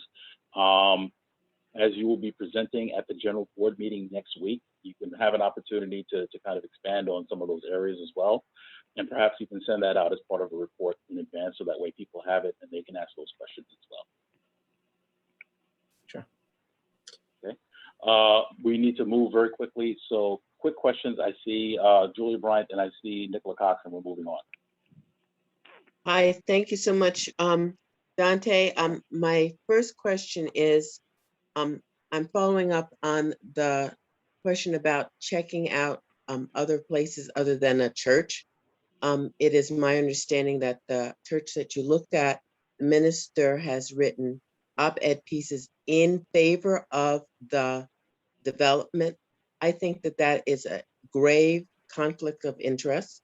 I just want to make that statement known to you so that you are aware. If you want me to pass on the op-ed piece, I can do that for you.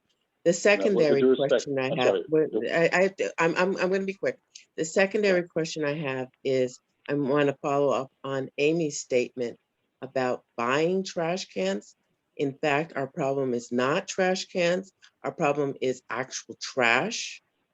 And that if you could address that, because that's not money well spent, our money not well spent if you follow trash cans and not follow where the rats are. Thank you. Okay, so yes, so thank you for that, duly noted. And again, this goes back to me talking about ACE. I understand that you're saying trash cans aren't the problem and the trash on the ground is the problem. That's why those conversations with ACE are happening, right? They're there to give that supplemental resources. Now, as I said, these conversations are fluid, nothing is set in stone, but luckily I've been able to present. I've definitely heard your opinions, so I can bring this up to these organizations to see, okay, exactly, okay, what can we do? Trash on the ground is a bigger problem. How can we move forward? Okay. And the other and to part answer of one her of the question? points, and I'll take that last part. With respect to the places, the locations will be determined and discussed by the committees and the board. Dante's role was administrative in terms of he went just for suitability. Yeah, it has a door, it has seats, yeah, they have space and they can do that. So he went on behalf of the board just to make that determination. The other conversations will happen as the board is having conversations with regards to the application. Also, would the So Jewish that'll be community be comfortable with going into a Christian church? Those are all conversations that we'll have. We're not going to do it now, but those will be had through the committees and through the board functions. Those points will be entertained. All right. I'm sorry. Was it Nicola? Did I recognize you already, or did you have? Where did she go? She's still there. I'm here. You kind of answered the question. I was asking about the spacing as well, and whether other locations were looked at that would be neutral. Okay. And including public schools. But if you said that we'll discuss it, is that happening before the board meeting next week? Public schools is an issue. That's one that we've been looking at for several months now. I believe we have a question out to the Department of Education. I don't believe at this time that they had approved for outside groups, but things are very fluid. So that's something that we're keeping an eye on that to see if that becomes options as well. But again, all that will be considered by the board and the committees, and we'll make a determination from that perspective. So that's happening before next week? I hope so. I know we had the question out. I can't make DOE pick up the phone or answer an email. But as soon as we have an answer, the question is out. Hopefully, if we have an answer, we'll give more information at that point. Excuse me, Fred, it's Warren. To answer Amy's last question, the money does have to be spent before June 30th, and it does not carry over. Correct. Okay, listen, I apologize in advance. We've taken more than a few questions from the district manager. What will happen is if you have an individual question, you can please send it to the board, and he will make sure to address your question as part of his district manager's report when we do have our general board meeting. At this Thank time, you, Warren. Thank you very much. We're going to move on at this point. Okay, actually, we're moving on. I think I'm up next. So with respect to the chairman's report, I don't have a lot of items, but I think some of the things that we're discussing are very, on my plate are very important. First of all, I want to thank all of the chairs and your committees for all the work you do. You truly are the engine that drives this board. You get the work done. I thank you now, and I'll be saying it again next month in terms of thank you for all the hard work you've done. Again, I just ask that as you consider your agendas for next month's meeting, please make sure you set aside time for your committee to discuss the progress that has been made, the successes, the failures. I think we learn from those as well as those items that we want to make sure we don't lose momentum on and we bring up for conversation in next year, and make sure that those are items that we're carrying on as soon as we hit the ground running as a board next year. Next, I also wanted to, again, wanted to thank the nominations committee. So we are underway in the elections process. So the way the process is spelled out in our bylaws, in April, we had impaneled the nominations committee. They've already accomplished the first step in terms of the canvas going out to the board members. So that email has gone out. There will be additional outreach both by mail and by phone that happens after the initial set of responses. What will happen is by next week, Tuesday, the committee will be able to give a report to the board in terms of those members of the board who have declared who wish to declare as candidates. At that time as well, the floor will be opened, at which anyone can also submit their name to be considered for any of the offices. All of the offices are open. All terms are 1 year, effective as of July 1st, and they expire on June 30th. And once a qualified successor is elected, then they will be taking office. I also wanted to note, we do have, last week we sent out notice to the board. All board members should have received it already, and I believe it should have went out to the community or posted on the website with respect to a bylaws amendment. I had mentioned it as part of my report last month at the executive and at the board meeting. With respect to, we find ourselves, I think no one could have envisioned that we'd still be in a pandemic situation 1 year later. Last year, what we had done was, because our bylaws as written call for paper ballots, which would call for an in-person meeting, we had adopted an amendment for the 1 year and it sunset right after the June meeting, where we would authorize an virtual meeting for the month of June, as well as authorize electronic balloting. So we were able to accomplish that last year. This year, we wanted to be a little bit more prospective in terms of we had to have a special meeting in June. We were able to get the timing where we were able to get the notice out, and we expect to have a vote on the amendment on the meeting next week, Tuesday. So this amendment is only for a one-shot deal where we would extend for the 1 month. We would actually extend, pardon me, we would authorize electronic voting and a virtual meeting for the month of June. After that, depending on how we go, depending on if the governor's executive order expires, we'll see where we're at, and perhaps that begs conversations with respect to, do virtual meetings work for us? And perhaps there are other things we should be asking for with respect to that, in terms of that being something that becomes an option for the board at some point. Not all the time, but I think it is a valuable tool that enables us sometimes to reach out and to make sure everyone stays safe, and to also stay connected where certain groups don't have to travel in inclement weather, or people are unable to attend physically because they're sick. They still have a way of participating in meetings. But anyway, going back to the point, next week we'll be voting on that.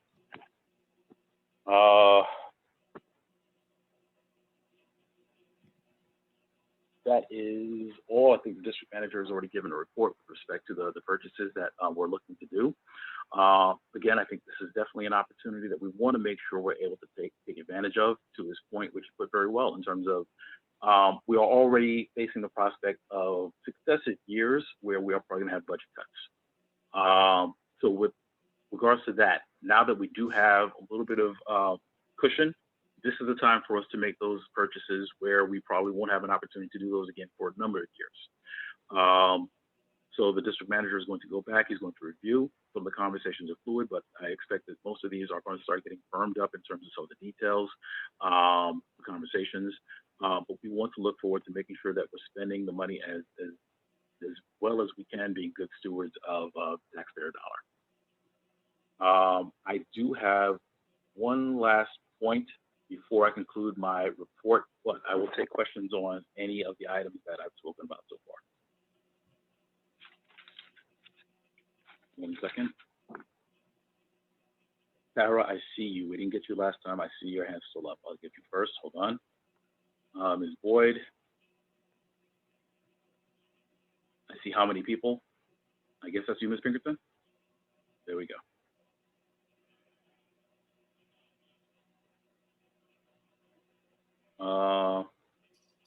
Are there any other questions? Seeing none at this point, we'll conclude on you, Ms. Pinkerton. Tara, go ahead. You have a question?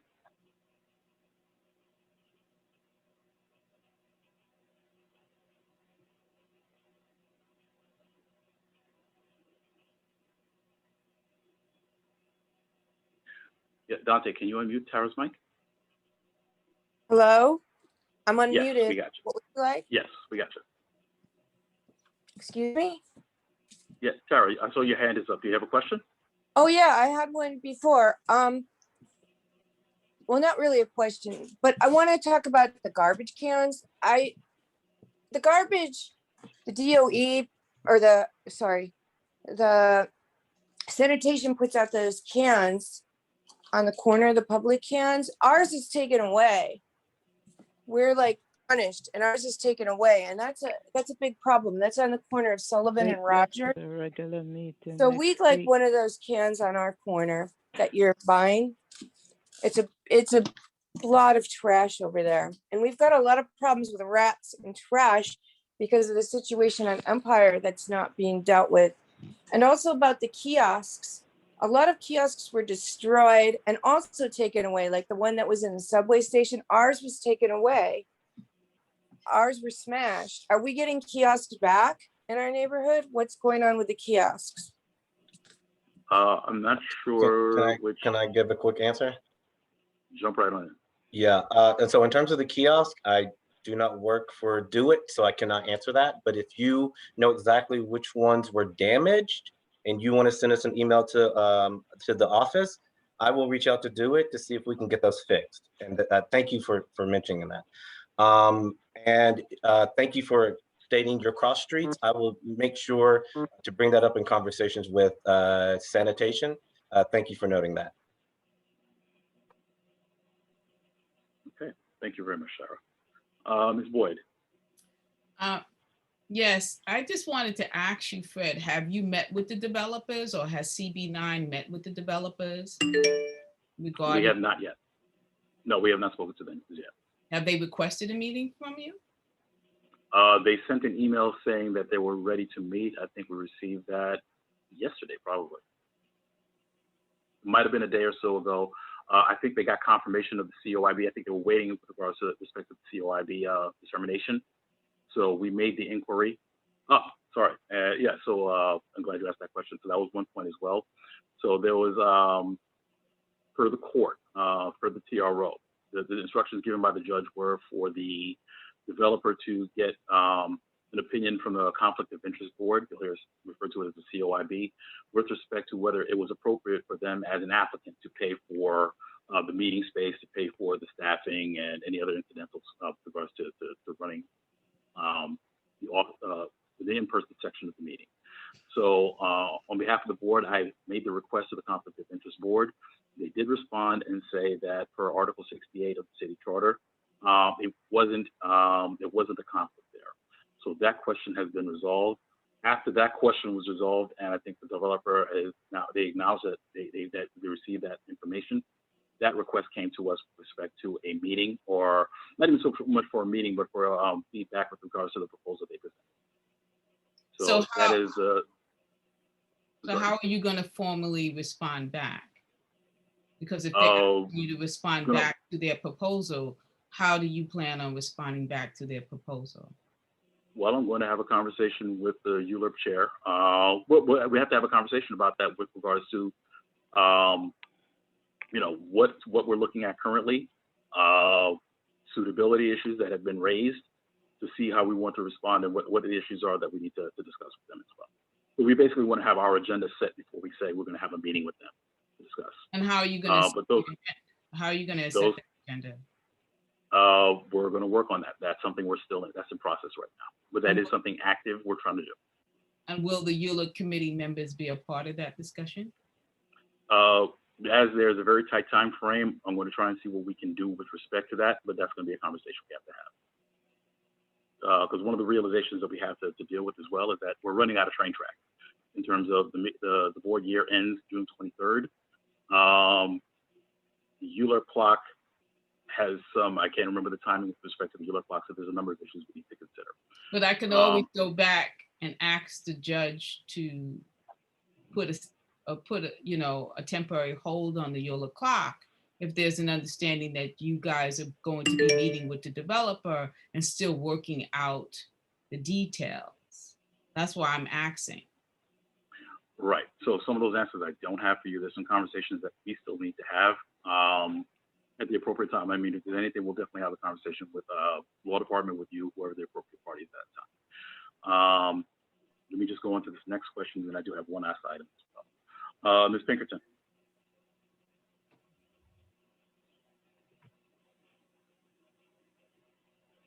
Yeah, Dante, can you unmute Ms. Pinkerton?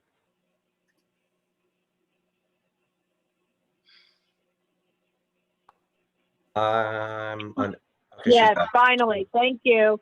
I just want to wrap up because it seems like we're coming to the conclusion of this meeting and there's a lot of kind of open-ended questions. There's a spate of them, so I'll state them and hopefully we can close the loop on them. Fred, you just recently mentioned that we're running out of track, that the CB9, I guess, calendar year is coming to an end. I think it's arbitrary in a sense that may be traditional, but if there's business to conduct, I think you have the ability to conduct business. I just want to put that out there.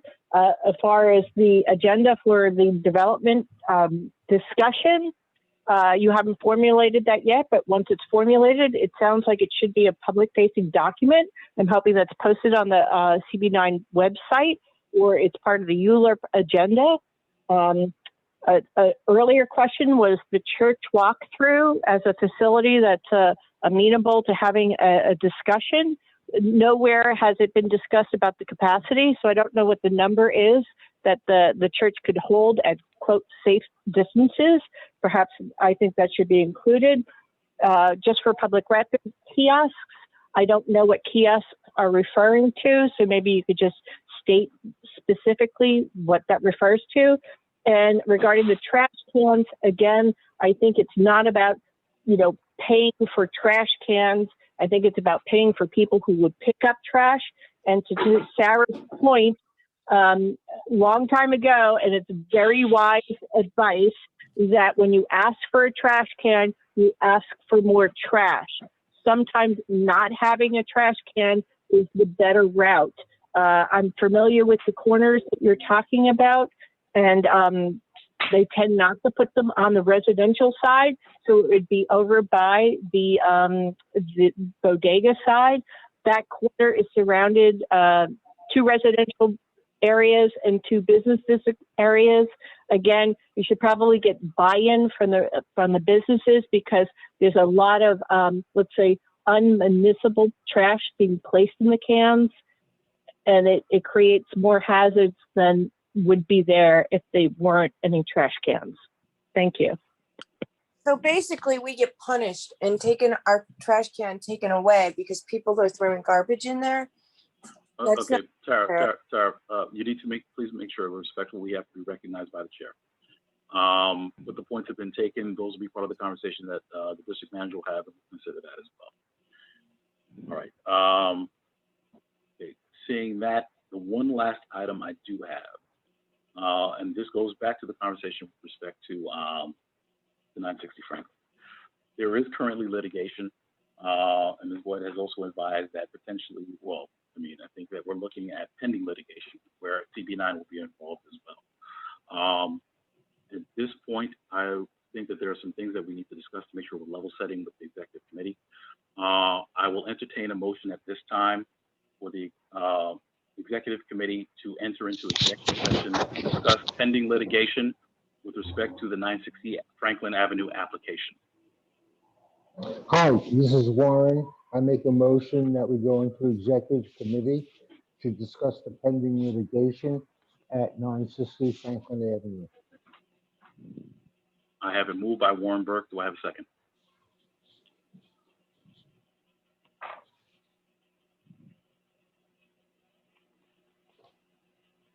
I have the motion to go into executive committee by Warren Burke. Do you have a second? Second. Oh. Okay, I see a second by Francisco Leopold. Okay, all those in favor, please say aye. Aye. Aye. Aye. Are there any executive members of the executive committee who are opposed? Are there any members of the? Just for clarity, all board members are entitled to go to this meeting. It is not just for executive board meetings. That is not accurate. The executive committee members, the committee can go into executive committee members. Right, and all board members are entitled to go to that meeting. Only if invited by the committee. Only if invited by the committee. It is not accurate. You cannot do an executive board meeting and exclude board members. That is very accurate, Fred. It is. Yes. It is not. It is, Fred. Ms. Boyd. They are part of the board and they have the right to attend any and all. Ms. Boyd, your comment is noted. It is out of order. Thank you. It's not out of order. You're out of order. Ms. Boyd, thank you. All right, at this time, that's in violation of the law. At this time, Ms. Boyd, with the concurrence of the executive committee, I would like to invite the ULURP chair also to participate. Are there any objections?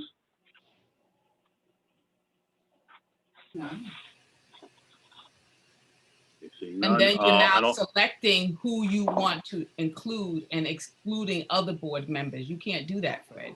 You can't decide that one board member is entitled to go and another board member. Ms. Boyd, thank you very much. Thank you. Duly noted.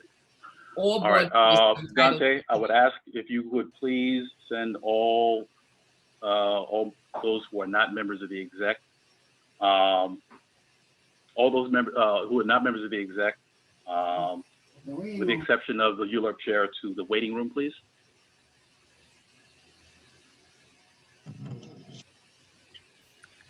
Okay, let's see. Zach.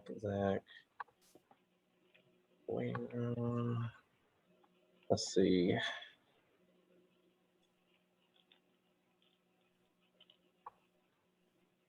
Tara is not exec, correct? That's correct. Okay. Waiting room. Let's see, Francesca. Am I missing? Who's the phone number? Who's that? Williams. The 5698, that's Ms. Williams, member at large. I am here. Okay. Okay. Am I missing anyone? Actually, and I apologize, but Primo and Carmen, we're gonna ask you to wait in the waiting room while the executive committee discusses.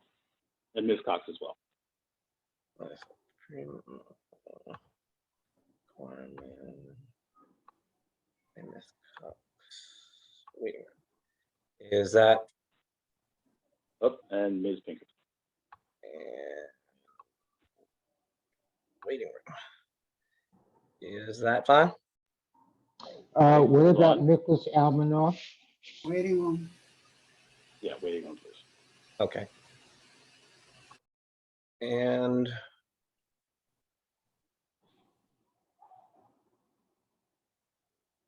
okay, I see 5 members of the exec and Pat. I think where's Miss Williams? Wasn't she there? Oh yeah, Ms. Williams should be in here. Yeah. okay, give me 1 second. She was a phone number, right? Yeah. Correct. Okay, let me add it. 5698. Sorry, yes, add her back into it. Okay. Okay, she's Hello, back. Ms. Williams. Ms. Williams, are you still with us? She's Ms. Williams, are you still there? Yeah. Okay. All right. Okay, so about a week or so ago, I had tried to have an executive committee meeting in all cycle 1, just because I wanted to kind of catch us all up. There are a lot of developments that are going on with regards to the 960 application. Now, to the point that Ms. Boyd had raised earlier, with respect to CB9, she was correct in terms of CB9 was not a party to the lawsuit. The lawsuit was served on the city, and it was served on the Department of City Planning. So because we were not explicitly named, we've been kept out of it. Now, with that being said, a lot of the actions, because they had to deal with the dealer process, CB9 was enjoined in the process, which is the reason why they were able to put the TRO with respect to us having our. Now, part of us not being in that a party to it meant that the judge did not have the power to compel us to do anything. With respect, she could not order us to have a conversation with the applicant. There were just a certain number of things she couldn't compel because we weren't a party to it.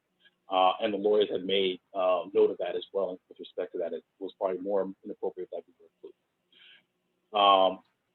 Now, the effect of that was, and I think you might have noticed this, that there are a lot of times when I'm asked questions about what happened or what's going on, I have no answers because I'm not in the courtroom. I'm not at the hearings. All I can report is what I've heard. And what we hear is from Ms. Boyd, because she's a plaintiff, obviously.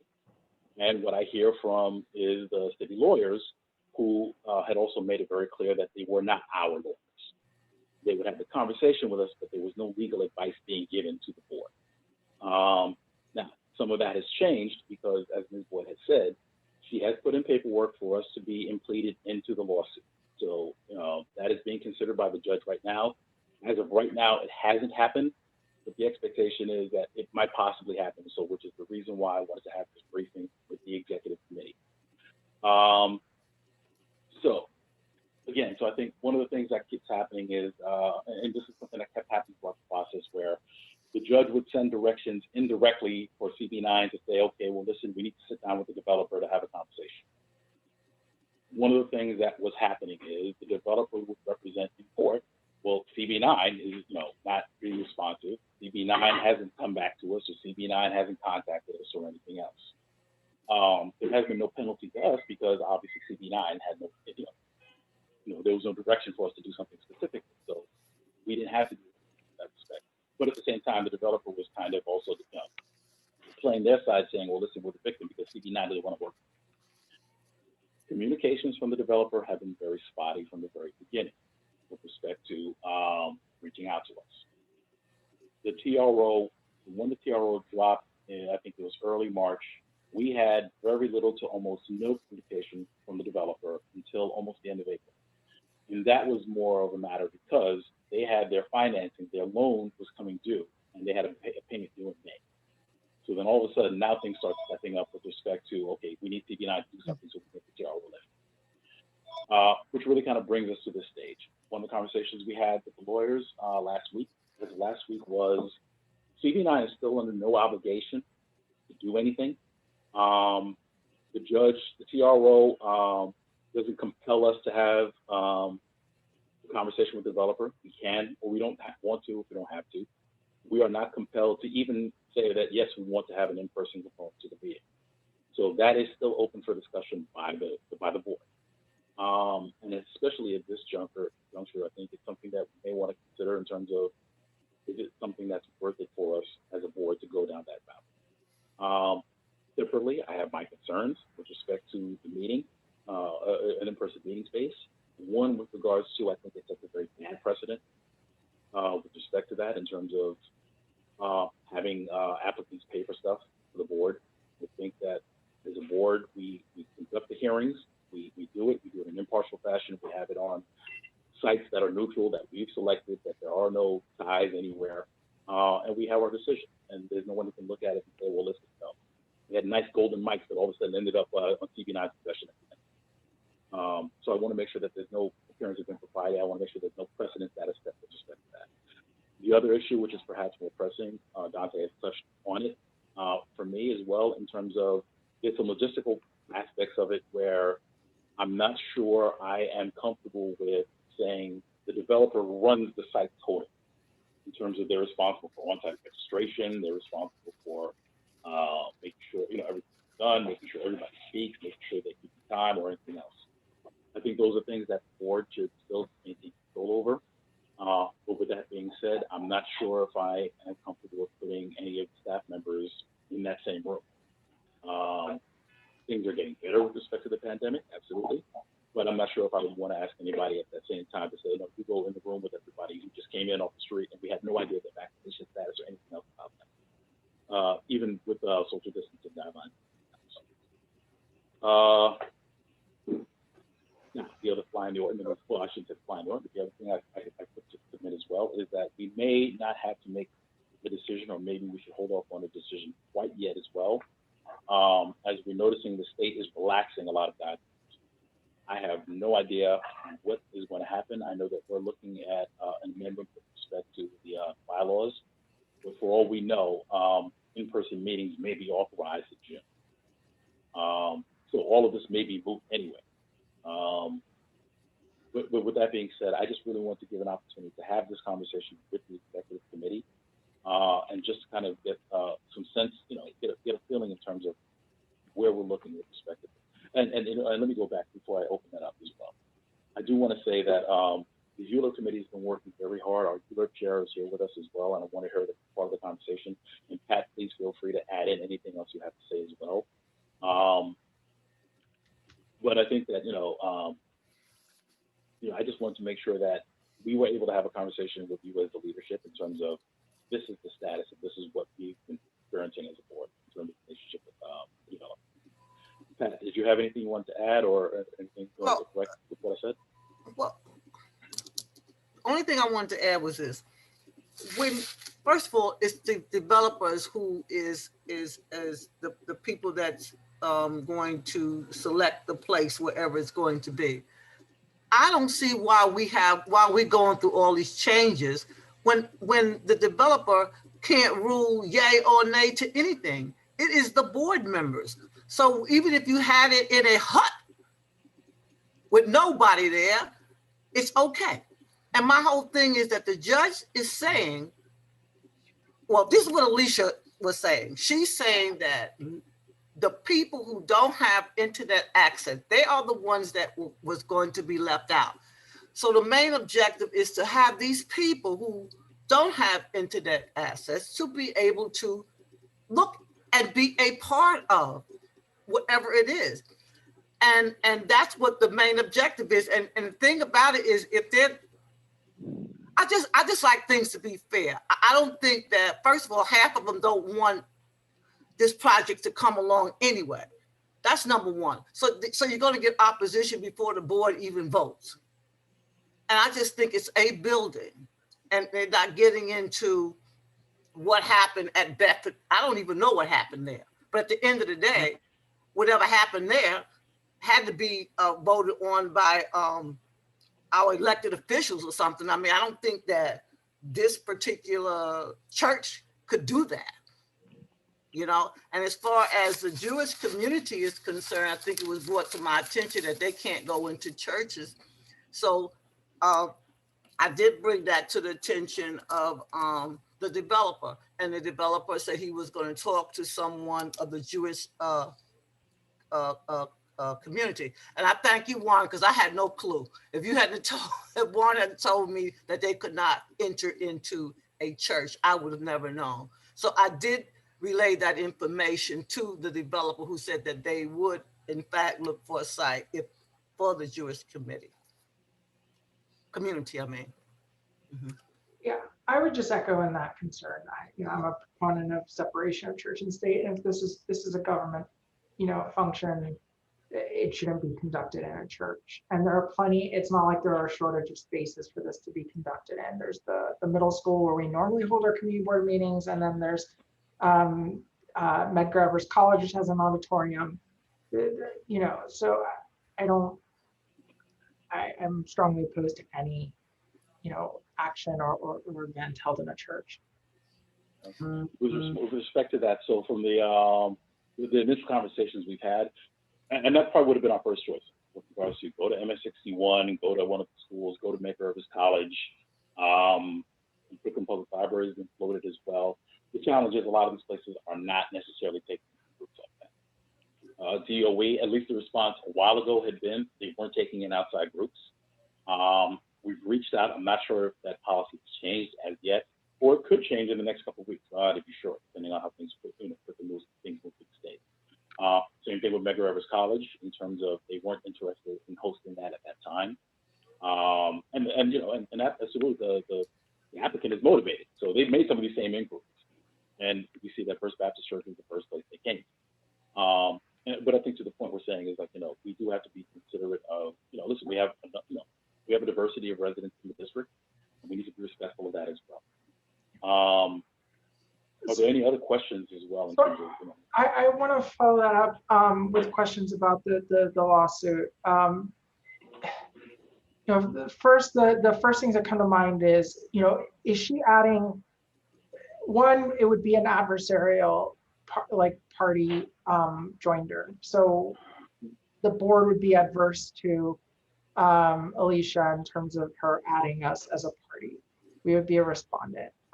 Second, would that joinder be the board as an entity, or is she seeking, generally if you're seeking any kind of equitable relief for an injunction, you typically enjoin the official in charge. So that would be the chair.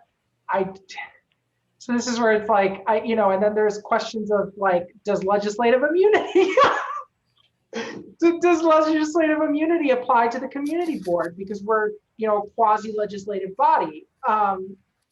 So there's a ton of questions, and so my concern is I guess the most immediate and practical is if the board is added, because technically we are part of this process, they're part of permissive joinder, we're part of permissive joinder. So would Corporation Counsel represent the board? Absolutely, and I'm glad you asked the question. So we have had a conversation with Corporation Counsel. We've had conversations with Corporation Counsel all through. The beginning of the conversation was always that because we're an affected party and we're a city agency, yes, they would talk to us and give us updates in terms of what happened, but be very careful about giving us advice because we weren't their client. DCP was technically their client, the city was their client. CB9 specifically wasn't their client, so they want to be careful with that. We were advised that, we are now their client. So they are now representing the board with respect to this matter. And it is the board in total. So it's not Fred Baptiste being sued or Alejandro Caraballo. It's CB9 is an entity that's being sued, or being added as a part, I should say.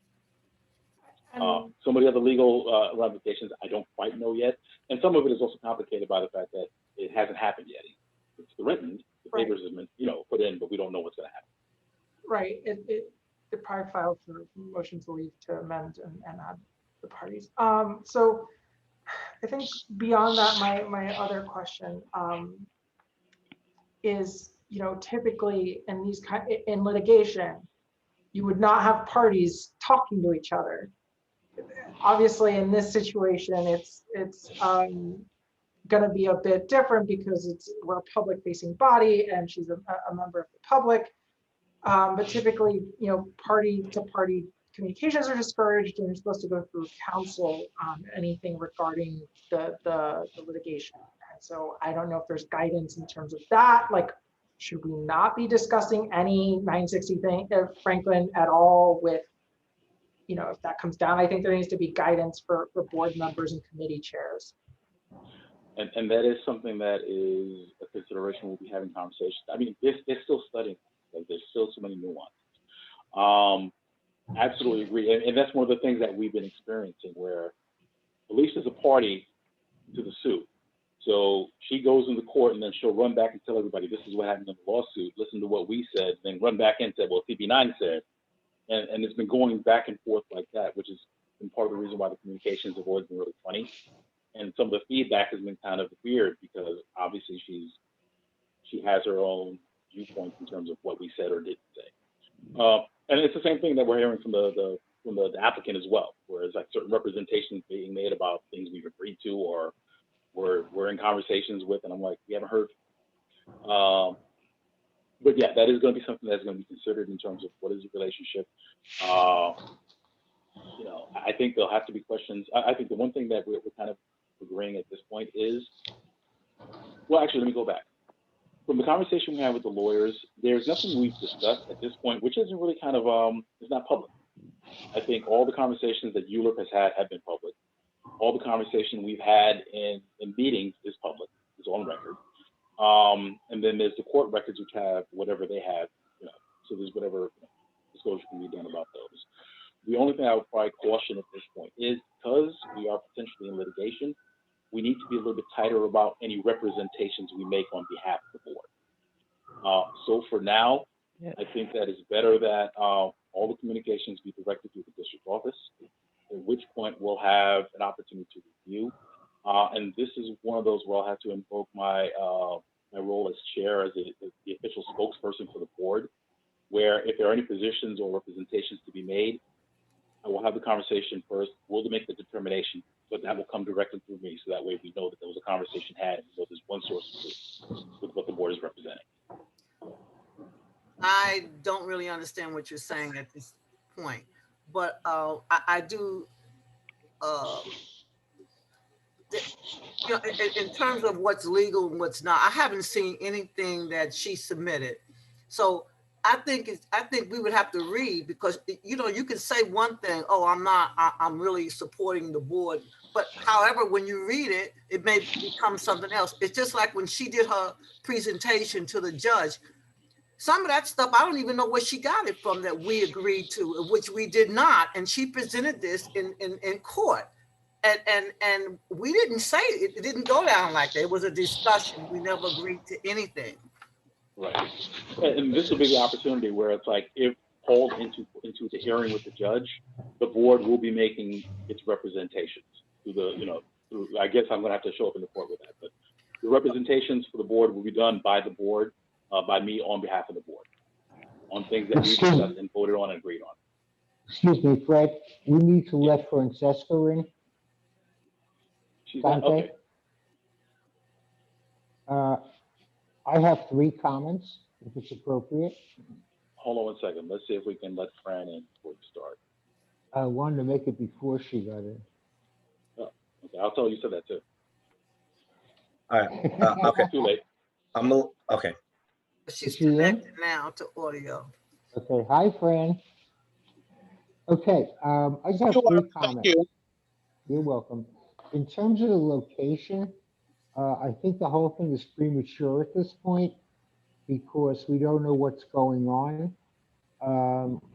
now that this council, we've been advised that all the aspects that everybody's been bringing up are totally correct. And the attorneys themselves are digestion, I think that's the word they use in the conversations, are digesting this information to see what it means. So, you know, we're in a, right now we're in limbo, but I'm sure they'll be coming up with some suggestions. The other thing is that everybody has an angle here, and we're caught in the middle. And it's real important just to wait for the information and not be pressured, because to be open with you, we don't know what's going on here. The city has their agenda, the courts have their agenda, the plaintiff and the defendant have their agenda. And we're sort of like just here. So experientially, I suggest we just wait a little and let information drop down as Fred's suggestion. In terms of the one voice, the law department brought this up to us, that it is very important that because we are a client now and not just a third party, that information that's discussed has client attorney privilege, and we have to be very careful that that keeps confidential. So I'm all in favor of the one voice, meaning I think it should be Fred. And what information he disseminates to us, I'm sure it will be valid. So I just wanted to say that it's really a time in my mind just to take a step back and listen and see what's going on, because we have no definitions yet. And the other alternative here is that the judge could say, no, we're not going to add you. So let's just wait and see what happens. Thank you. And just to give us, and to go back a little bit as well, just to give us a background perspective. The original question out of all of this was whether virtual meetings were permitted. Virtual ULURP meetings were. So the judge put the TRO on, and interestingly enough, I think this is one of the frustrations on a lot of sides, that the judge has never made a ruling on that. The judge has said, okay, well, no, all the parties need to go negotiate an in-person meeting, but she's never made a specific ruling saying, no, in-person meetings are mandated as part of the process. So she's been trying to work around that, get us to work it out by ourselves, come up with an agreement and say, yes, we're going to do that. What will probably end up happening is if we don't agree, for some reason, if we don't agree or we're not able to do that, she might have to come up with a ruling with respect to the TRO in terms of saying TRO is dropped and come up with a decision. They're saying they're mandatory and the city is planning on appealing, or she may say, okay, well, listen, I can't force the parties to do anything, so clock goes. Now, the other thing I also want to make sure we add is Fred, I one of just the want to things comment on that. Yeah. The counterbalance. Okay, go ahead.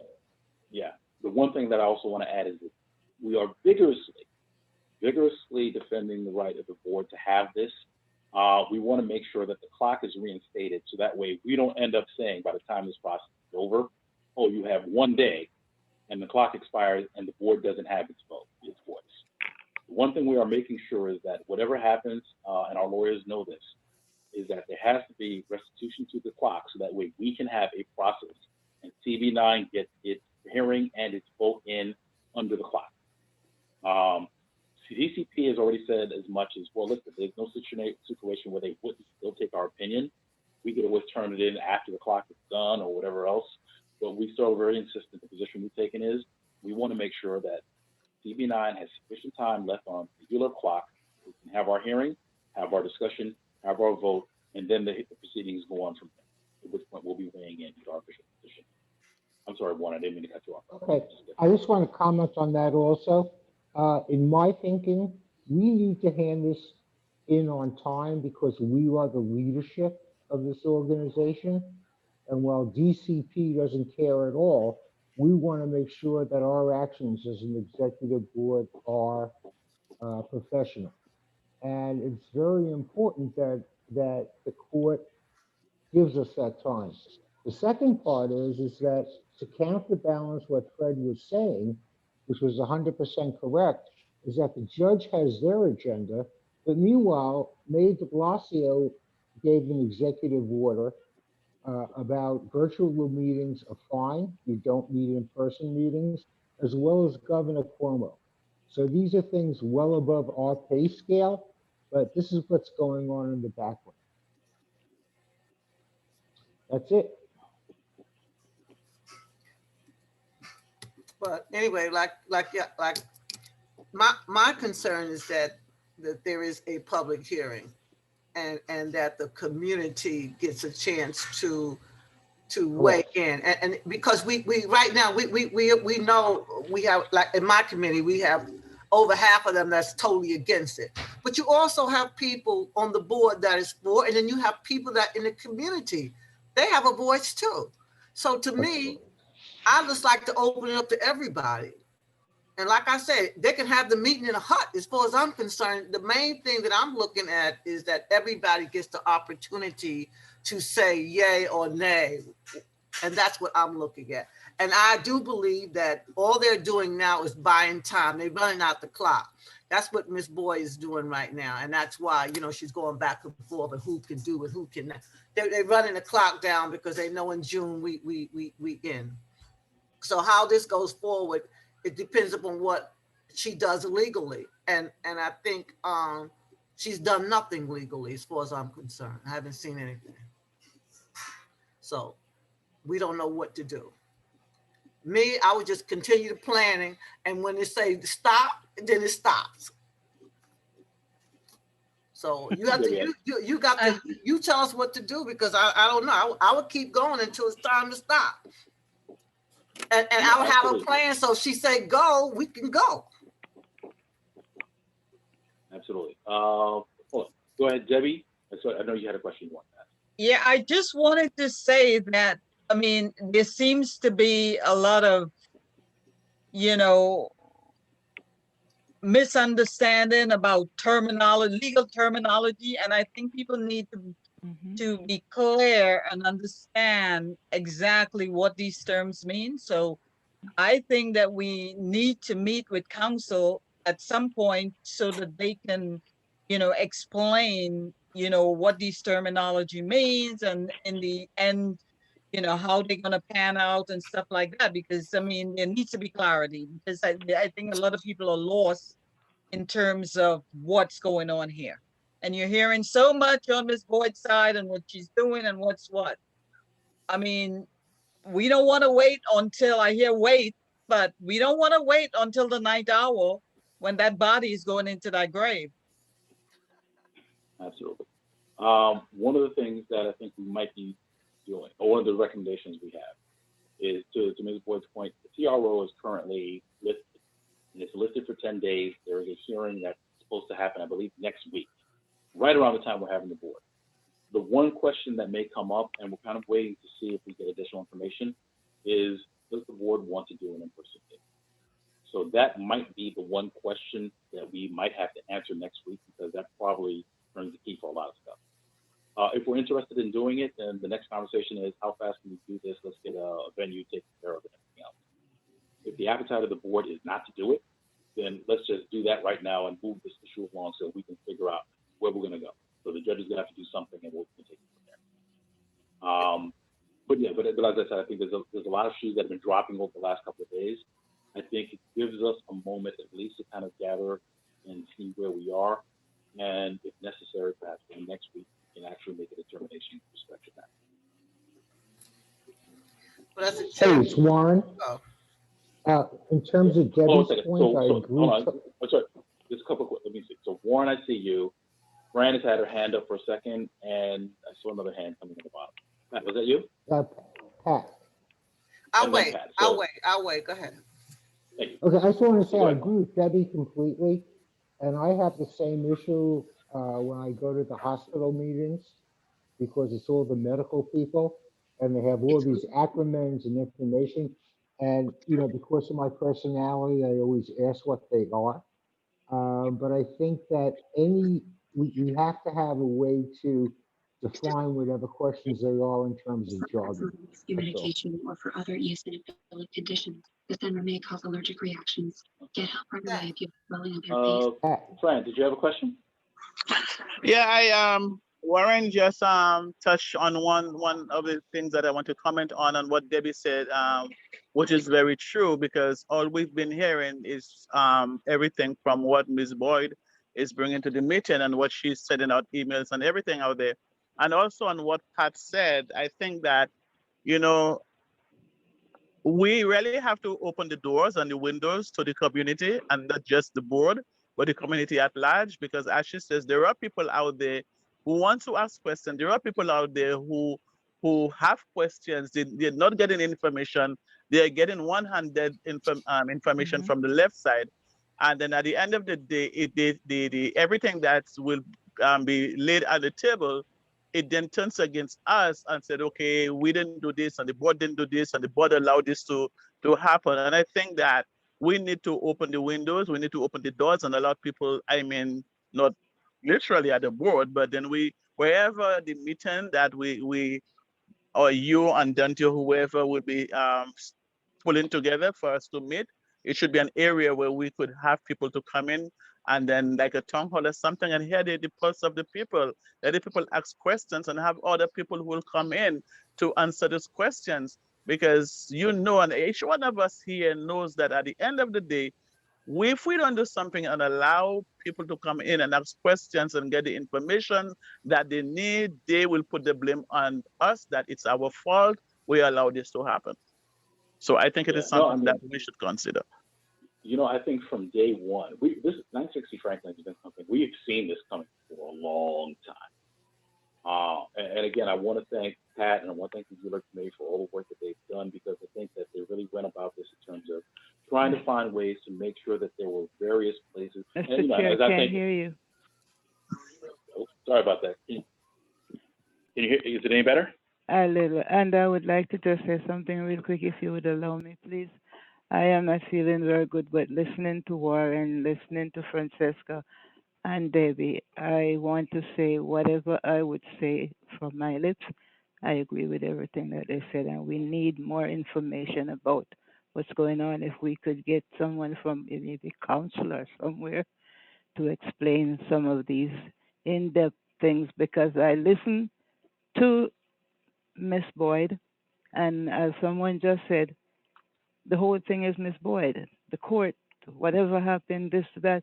We need to have someone from the board also that can be able to know these things and know where we're going wrong or what we should do to make this better. No, absolutely. I think the lawyers are already working on some of these questions for us, because some of it is brand new. And then again, complicated by the fact that they haven't had a ruling. So I've had a threat of a lawsuit, but I haven't seen papers. We're working through those. So some of those it's hard to answer until it actually happens.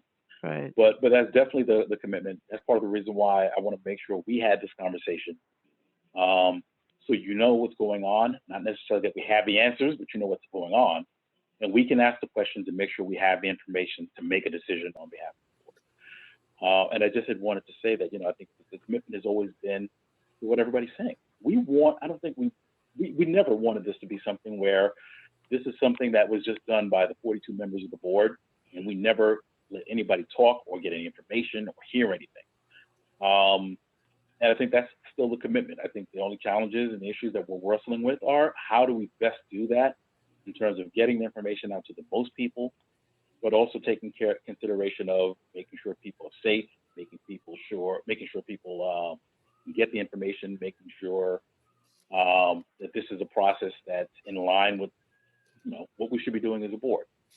But yeah, we're gonna get through this. We're gonna get through this. And additional information, I think that's the commitment I'm making. As I have information, absolutely, I'm going to be sharing it with the executive committee and to the extent possible with the board. It's probably going to be a very small circle, because one of the concerns that does happen is because we have a lot of parties who have mixed hands in there. Boyd obviously being one, the developer has one as well. The conversations, the circles are going to be small, but I will definitely be reporting back out with regards to what happened. But again, I think the main thing is we need to make sure that the communications are coming from one place. It will be coming either from me on behalf of the board or through the district office by direction in terms of on behalf of the board, this is what we're saying. but we just want to make sure that we're not making representations, because it happened a couple times too many, where I think, you know, they'll try and say they spoke to somebody or they have a friend on the board who did whatever else and they said that this is what's going to happen. We need to keep that tight, especially now that we're in litigation. I just want to piggyback on that. For whatever reason, a lot of our information goes out, excuse me, to people who are not on the board. And what the attorney said to us is that this is really a violation, is what Alejandro was saying, in terms of client privilege. So we need to keep the circle small. I think the one thing that Fred has proven, and the reason we're having this meeting, is transparency. Thank you.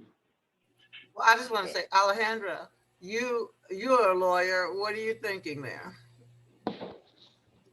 Well, I mean, You read my mind, Pat. yeah, in terms of any communications between the board and corporation counsel, those would be privileged. Anything that's conveyed to us in scope of representation is confidential. And so, you know, I would limit any information solely to, I mean, my recommendation would be to solely limit, and we should check with corporation counsel for their opinion on this, but is to only limit it to the executive committee and executive session.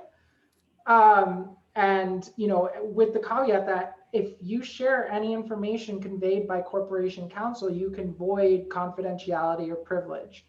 So it's incredibly vital that, you know, if we do get joined to the lawsuit and we are represented by corporation counsel, any communications pertaining to this matter need to be treated as if, you know, it's any other attorney-client communication or information. Exactly. So right now listen, right now we're still in motion. That's my point. Like nothing, I haven't seen anything different legally. So at this point, you know, we still have contact with the developer. You know, I am the chairperson. I still run the meeting. So what do? I mean, I don't know which way to go at this point. Yeah, I can't advise you because I you know, I'm not, I don't know what to practice law. I have a clue. Yeah. You know? So that's what you got to find out, Fred. I don't know exactly what to do because there's been no legal papers to even address the issue. And, you know, and when she says she's speaking on behalf of the board who hasn't even voted on anything, that puts my antennas up. So I don't know what to do at this point. I will say it is going to be important for corporation counsel to advise us on communications with the developer in particular, because even though we are would be respondents on the same side, it doesn't necessarily mean our interests are not conflicted in terms of legal strategy. So that means, like, you know, you can be sued by one person and be on the same side of a lawsuit, but it doesn't mean that you're not like adverse to each other. So that's why it's incredibly important that we get that like if we are joined, that we get that guidance in terms of communications and likely we would want all communications from the developer to go through counsel. And that's very likely. I would suspect that's probably what's going to happen. But obviously, right now it's all hypotheticals because it hasn't happened yet. But as I said, I think that, you know, every day it's a new one in TV9. But as we get additional information, now that we've had this conversation, I think it's better we can actually make sure that we're sharing this out. But again, the caveat is this: we have to be very careful in terms of we can't share it outside of the exec. It has to stay there because there are definitely very, very strong concerns regarding the client, breaking the shield, client attorney. Yeah, and Fred, I just want to point out that prior to this going into executive session, Alicia is pushing and fishing for information. All right, and that was the tenor of her questions. So it's just really important that, and I'm sure we will, because we've all been working together for so long, that we keep this all confidential so we don't expose ourselves more. And Mr. Chair, you were not wrong in inviting one person. It's your privilege. If you want to invite one person that is not a member of the executive board to the meeting, to the executive meeting for whatever reason, you did not do anything out of order with that. That was in order. Oh, Yeah. thank you very much, Ms. Williams. I'm And not worried about it. Evelyn's correct. You know, Alicia says what she says. Yes. What you gonna do? Sue us? I'll just No. I'll just quickly add one of the, I don't know if there is a benefit, but one of the things that you can do because she's a party, if anything, if we are joined, you could literally anything with 960, any communication or questions or anything, you could just say, speak with our council, speak with our council, speak with our council. Yep. Yeah. And yeah. Is that what I'm supposed to do? That's what we can do. Well, listen, what I'm saying to you, is that what I'm supposed, right now, you have to understand my position right now. I don't know what I'm supposed to do as a chair. Do I just stop Why I everything? said what I or said. what? I can't Well, just say listen. speak illegal. No, I mean, right now. We do it no, no, until it right- changes. Yeah, right there. Yeah, exactly. Right now, you are in the same position. If you're having whatever conversations with the developer, that's fine.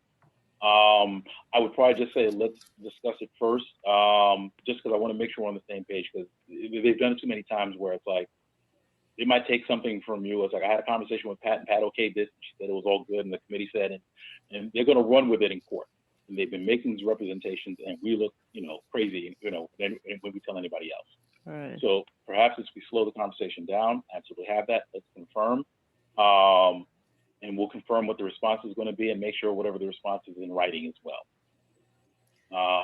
But we'll take that one step at a time. So as things progress, so, I mean, if the paperwork comes through, then obviously we'll have another discussion in terms of how we're proceeding with Right. the lawyers. But let me just ask you a question. I mean, this is not anything legal, not legal. It either goes through or don't. But I don't see anything wrong with like making plans with, if it's not that location, it'll be another location and the same rules and regs will be in place. Yeah. When you're doing something live and you're doing a virtual, the same rules will be in place no matter where you had it at. So my point is that I don't see why we can't just continue on that road. And if we're not going to have it, fine, it'll be there for a later date. And if we have it, like I said, if we have it in a barn, it'll still be the same rules there in the barn.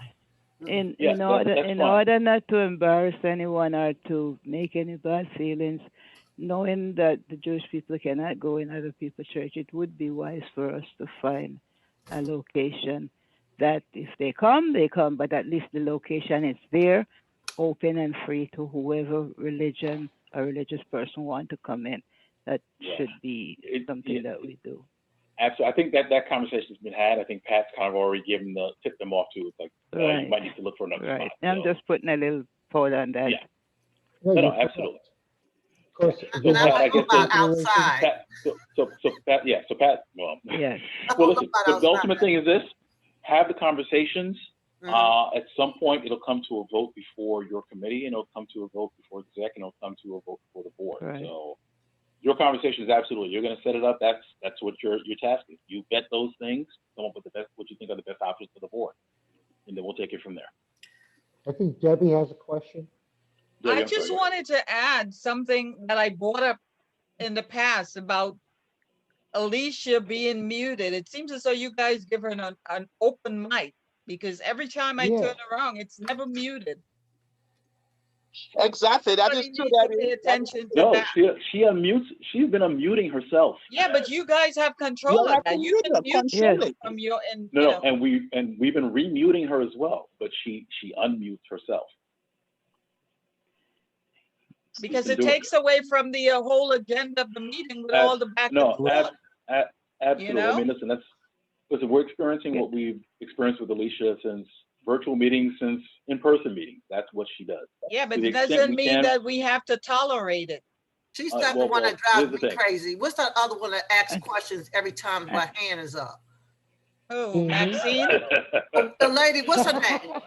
She her hand is up for everything. What's her name? I know who you're talking about. What's her name? Yeah, but Maxine. Maxine. Who? Maxine. Maxine. Oh, Pilot?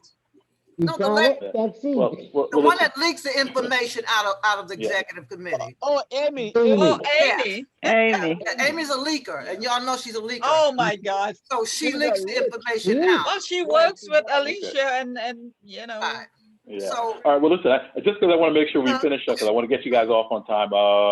We just have to Yeah, make so- sure we're on the right side and we're not doing anything wrong. As long as we're doing the right thing. We're not You doing know, anything Absolutely. wrong. We But follow what the judge says. I need to just say this quickly, and I'm asking this question in executive session. All the questions or some of the questions that are being asked by the people at this executive meeting, shouldn't those be things that they bring to the regular meeting next week? It seems to me like the executive meeting now become a general meeting, not an executive meeting anymore, because everybody have a complaint. If you have a community complaint, that should come to the community board regular meeting. And there should be You're right. something Actually- that the board can actually- do to take Yeah. care of that. Oh, no, to your point, not even to a regular general board meeting. Those complaints, either one, can go to the district office, or two, they go to the appropriate committee. Yeah, so I mean, that's really the way we want to handle those things. I think that people have been trying to make points here because they have a platform and a mic that really they need to do those in those committee meetings. And that's what we're gonna try, try and make sure we're doing. Oh. We're Yeah, but referring the those. thing about the committee meetings, if you don't have a committee, how do you have a discussion? You have to Exactly. listen to what people are saying. People that Exactly. the people that you put on these committees are not attending the meetings. It doesn't mean that I have to do everything. I have to take my notes. I have to chair the meeting and everything else. So we have to take all those things into consideration. The agenda Right. should No, be no, set but- up as but- per that. But this is the thing, and this is a conversation we can have for the chairs. This is a conversation we can have for the chairs, a little bit for this year, but definitely looking forward to the future. Those are the things we need to make sure we're catching early. We nip it in the bud. So when you see somebody's missed 2 meetings in a row, we can develop a protocol, and maybe Dante, we set up a template where it's like, you know what, the chair just needs to report it to the district office. By the way, Fred Baptiste hasn't been here for the last 2 meetings. He gets a friendly email reminder saying, you haven't been here for 2 meetings. And at that point, then we move forward. Because here's the thing, if it's a regular resident member, we get rid of it. If it's a community board member, the mechanism is that attendance counts. And if you're going to be one of those people who doesn't show up for regular meetings, you don't show up for committee meetings, get you off the board. Now, it means that you're going to be short people, but at least the people, at least you don't have to worry about trying to make quorum with people, with half the people who don't show all the time. Well, Fred, I put those 2 names in writing. Are they the community persons removed? You telling me that the board members not removed from my meetings? No. They'll both be removed from the committee, and what that's I going to gave you the trigger is, date. yeah, what that's going to trigger for the board member is every board member is required to be on a committee. So whoever just lost their committee assignment has another conversation they have to have because now they're not in compliance with being on committee. Before I go, there's one other question. Now we're going to have new board members. Is it May or June? It's May, right? It was supposed to have happened since last week. I don't know what to tell you about. We'll link an inquiry to the borough hall and see if we find out. So my point is, some people might not even be on our board, and some people may and may not be on the board. Yeah, I mean, conversations in May are kind of tough because they're almost moot. We've got 1 more meeting to go. So do we remove them right now, or just say, okay, well, listen, we chalk this one up, finish off the year, and just kind of, figure out where you stand in terms of we've done this, and these are the things we need to do next year, and we absolutely have a conversation as leadership in terms of what we need to do differently and what we need to do better. But that's definitely one of those things I think that couldn't you attendance, not? we need to. Right. What Pat's saying is right. In other words, if it's, can't you, like those members, let's say the members that haven't showed up, couldn't you recommend that they not be, if their time is up, that they not be selected to be on the board because of attendance? Well, typically what happens is, yeah, I don't want to be careful. I want to make sure we'll wrap this up in a couple of minutes because we do want to get back in session. Wait, the Typically only what one will we're happen keeping is, is Alicia. is it really? Oh, we carry on. Oh, did I say that? Okay, all right. No, typically what would happen is if we're keeping track, here's the thing. If it's by May and it's an attendance issue, that means it was something that happened way before. So that means from way earlier, we need to keep track of these things. Okay. So, yeah, I mean, because, and I mean, that's the best we can say with regards to that. If it's a community member, I think that, and maybe we look at the bylaws in terms of, what's the, how does the attendance policy affect them? Perhaps they get a way shorter leash where it's like, listen, if you're not going to show up, you just get rid of you way easier. Board members may get a little bit more of a, a little bit more run, but they still need to make sure that we're tracking that. And Dante, perhaps that's one of those things that we'll put on, we'll ask you with assistance with and staff to be better able to track that with respect to, okay, people have a report card in terms of attendance. So by end of September, you have X amount of absences. End of October, this is where you stand.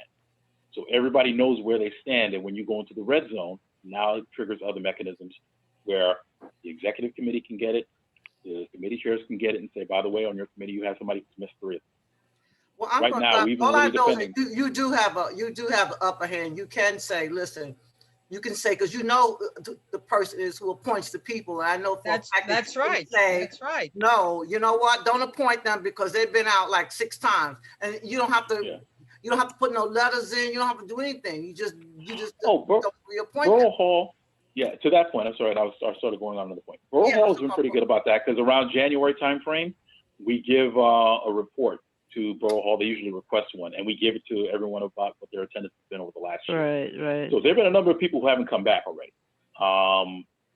There have been a number of people who haven't come back already, and if there's some surprise and people are still doing the same nonsense, we're going to do a very short leash with regards to September. So the heat's going to be on. It's like either you're going to sink or swim. Yeah, but it's not just attendance. It's about interest. It's about, it's bigger than that. And you just don't put anybody on a board. I mean, I've been doing this for a long time in Manhattan, and I've seen some people that just come with their own interests and mindset for whatever reason. And you can't continue to do that because nothing gets done. And it depends on the political person. And other people's time. The hard part is we don't have control of that on this level. We don't have input at Borough Hall as a chair. You should have input. I'm telling ask you. Ask me when's the last time Borough Hall asked me who should be on the board. It depends on the council person who recommend their people too. You got to reach out to them because Borough you Hall have is to have a with everybody else. conversation with both sides. Yes. Hold on a second. Fred, I have a direct question. Have you ever, besides giving the information requested, recommended or not recommended a person to Borough Hall? What do you mean by recommended? Did I call Borough Hall and In say other they words, should be on? talk to them about it. No, that's not a my conversation. point. That's not a conversation. That's an important point. Well, he's Okay, not going so to say it all the for Fred, rumors, that's for sure. hold on, everybody. If all the rumors that go around that Fred has this conversation of who he likes, who he doesn't like, it's all made up. That's my only point. That they have certain requirements. Fred and the administrative branch answers them. So don't believe what you hear. And the requirements are not being followed by all the people who put people on the board. I agree. That's right. No. But the only point I'm making is on our side, where we control it is we make sure we're monitoring the numbers and we get on those issues early. Where it's like, you know what, by October, November, you already kind of see who's in trouble. Right. But who already has 1 or 2 absences, and we're just going to be more proactive in terms of, when, we'll figure out a way to monitor. Somebody hasn't been to 1 meeting and 2, committee meetings and everything like that. This is where the red flag goes up. And you get a letter saying, listen, your participants has been spotty. You want to make sure you're successful. Please make sure you're going. If there's any issues you need to talk about, let us know. But otherwise, the word needs to go out early that we're watching. Somebody is watching. Somebody's paying attention to the numbers. So that is really probably going to be one of the things. I'm being premature because I don't know what I'm doing next year. But that'll be a conversation that has to happen for the next administration when we're coming, when we go into next year about how we monitor that. Dante, go ahead. So now we went into executive session, right? And yes. So now when we come out of executive session, we saying what? We could just get the meeting, right? Huh? Yeah, no. The agenda. Yeah, we're going to continue the agenda. We're going to set the agenda for the month, and after that, we're done. Okay. So that's the only item.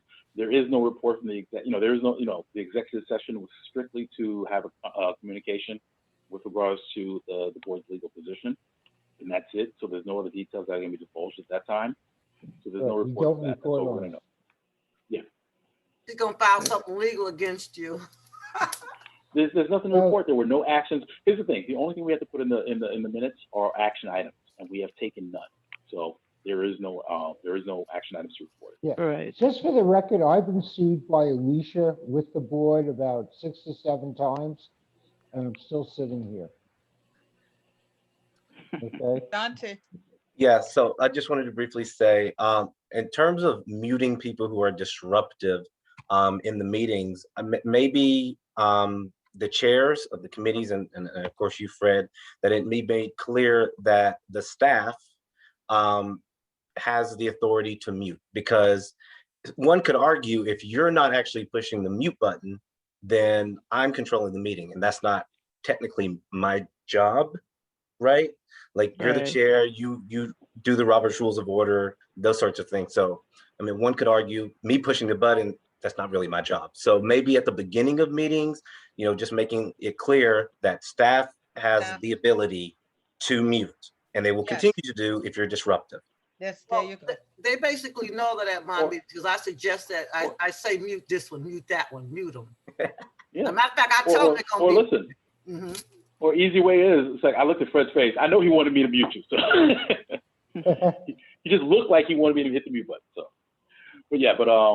but those all protocols we'll discuss as well. So I mean, all this is still a work in progress. I mean, we've made a lot of strides. We've come a long way as a board, Yes.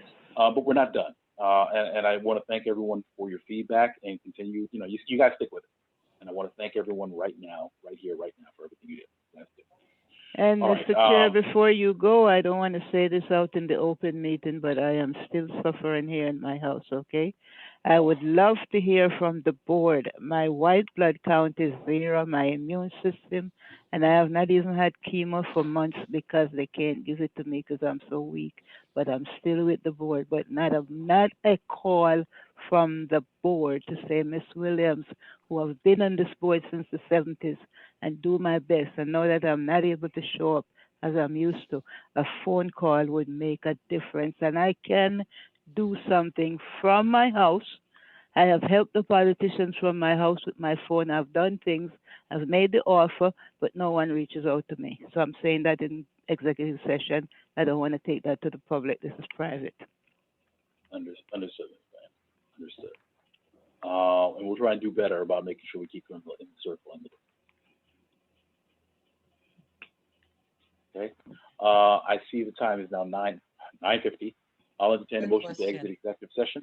Yes. One quick question, one quick word of advice for Dante in terms of the spending information that he spoke about. I want to recommend that you lay that out on paper and, so that it's there and we don't have to have that back and forth about it anymore. It's on paper and this is a proposal. It's still pending, further discussion. Understood. Sounds good. Sounds good. So. All right then. All right. Just to let everybody know, Fred, that Mhm. I'm just getting texts from Mahidis and Mike Labarde about Amy being kicked out of executive session, just so you know. What are they saying? One of the emails, Mahidis wanted to know who kicked her out, and I told him you. I'm just Oh kidding. my God. I'm just joking. No, he did not say that. That's I not didn't say true. that. I Well, know, listen, but that's I'm gonna have to leave you, but I want to go He back did in. not say that. He's trying to pull your legs. He didn't say I'm that. pulling his leg. Okay. I gotta go now. Yeah, and then Mike Okay. Labarde All right. said Okay, that- let's wrap this up. Let's get Yeah, back. okay. Let's get back, and we're gonna conclude. And yeah. So listen, all I need is about another 5 to 10 minutes. We'll get the agenda done, and we'll wrap up for the evening. I'll entertain a motion to exit executive session. So made. Moved by Warren Burke. Do I have a second? Second by Ms. Williams. Seconded by Ms. Williams. All those in favor, please say aye. Aye. Aye. Any opposed? Seeing none. Any abstentions? Seeing none, motion carries. We're exiting executive session at 9:52 p.m. Okay. Dante, if you can please bring everybody in from the waiting room. Will do. Thanks.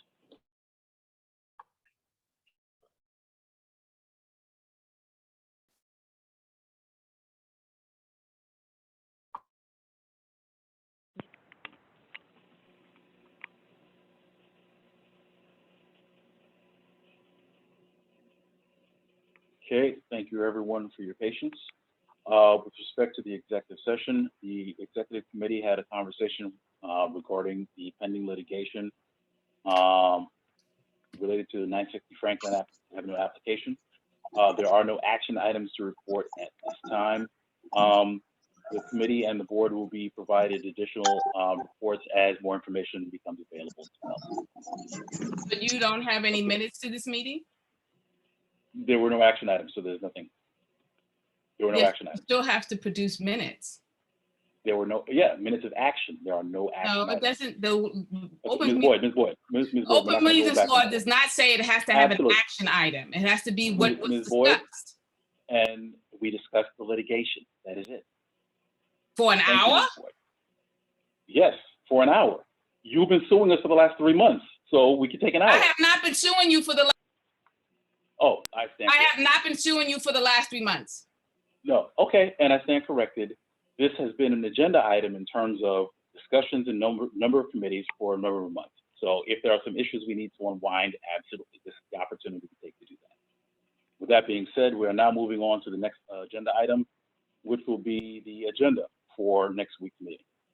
The proposed agenda is going to be as such. We are going to go into the public session. We're going to call to order.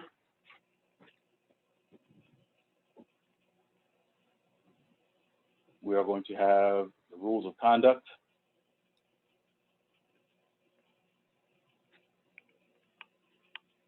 All right, presentations. It is my understanding, it's been communicated that 2 committees wanted to have presenters. One of them was going to be elite learners, want to give a presentation, or I believe, Dante, was it 5 minutes or 10 minutes? 5 minutes. 5 minutes? Mhm. 5 minutes. And we also have a second request from One Health Brooklyn to present for 10 minutes.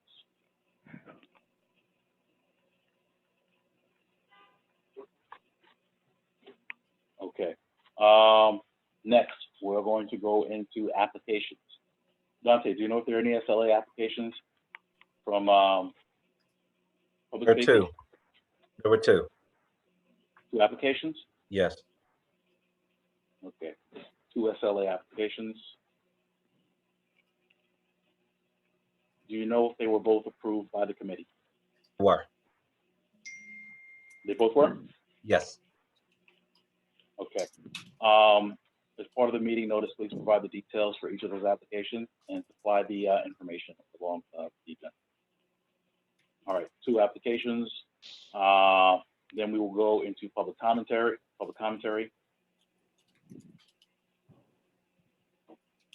We will have acknowledgements.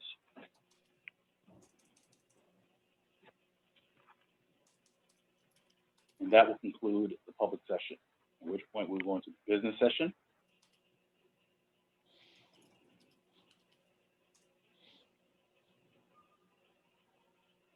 We will have roll call.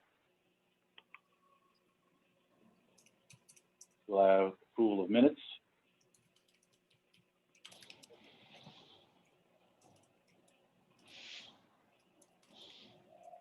We are going to have committee reports. I would ask all chairs to please make sure your committee reports are submitted in advance so that way they can distribute as part of the package. The board will and the public will have the opportunity to review those. I would ask if you have any committee reports to give at the board meeting, please keep them under 2 minutes. Okay? The reports should basically be with the package, so there shouldn't be too much in terms of questions or in that regard. So committee reports.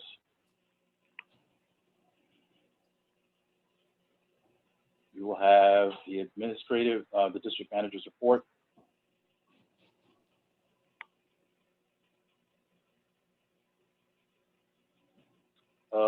Ms. Timothy, did you say you wanted to give a treasurer's report this month or?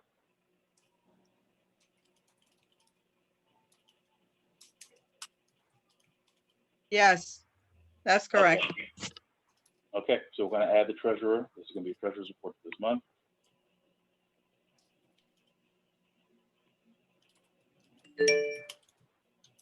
Then there'll be a chairman's report.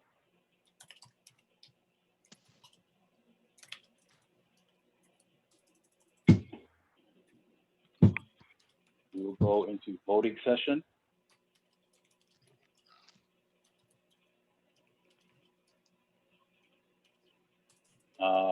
Item 1 in the voting session will be the bylaws amendment.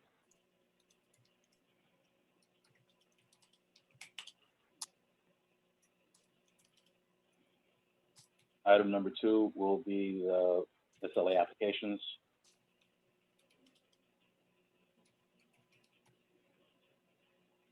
Then we will go into unfinished business.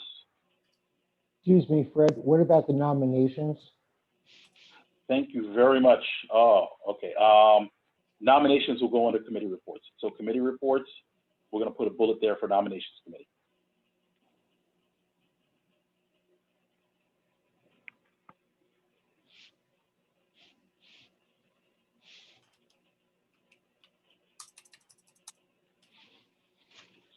Hold on, I'm wondering. Yeah, keep that under the committee reports. We give nominations. We'll give a report and no, you know what? Nominations committee. Let's revise that. Nominations will give their report on the committee reports. So after we do the voting session, we will have nominations.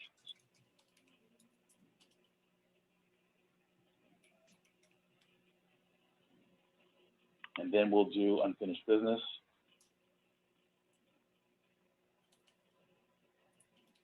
And then we'll do any new business, and we will then adjourn. Okay, are there any additions to be made to the agenda as stated?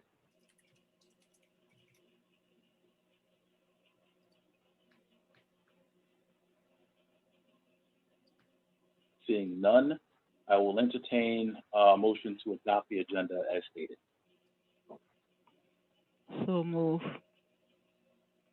I have it moved by Ms. Williams. Do I have a second?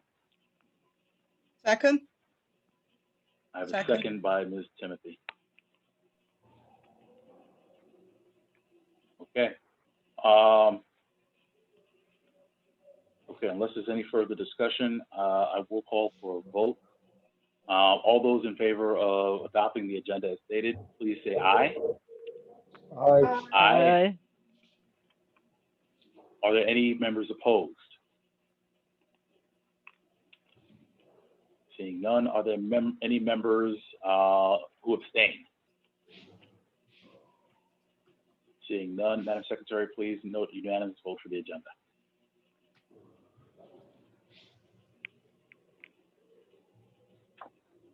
Okay. All right, I want to thank everyone. Well, actually, I guess before we go, is there any other business for the executive committee to consider at this time? I do just want to report on one thing, which is a personal matter with Francesca Leopold. For everyone who doesn't know, there was a stabbing at the Pennsylvania subway last week, and that was her sister. So I just wanted everyone to know her sister is doing fine. She's in Brookdale Hospital, and that happens to be One Brooklyn Hospital, so they're taking good care of her. So thank you. Excellent. Thank you very much. And we send the board sends our best wishes for speedy recovery to her sister.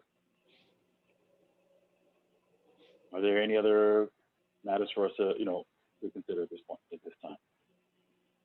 Hi, Amy has a hand raised. Yes, Amy. I'm sorry.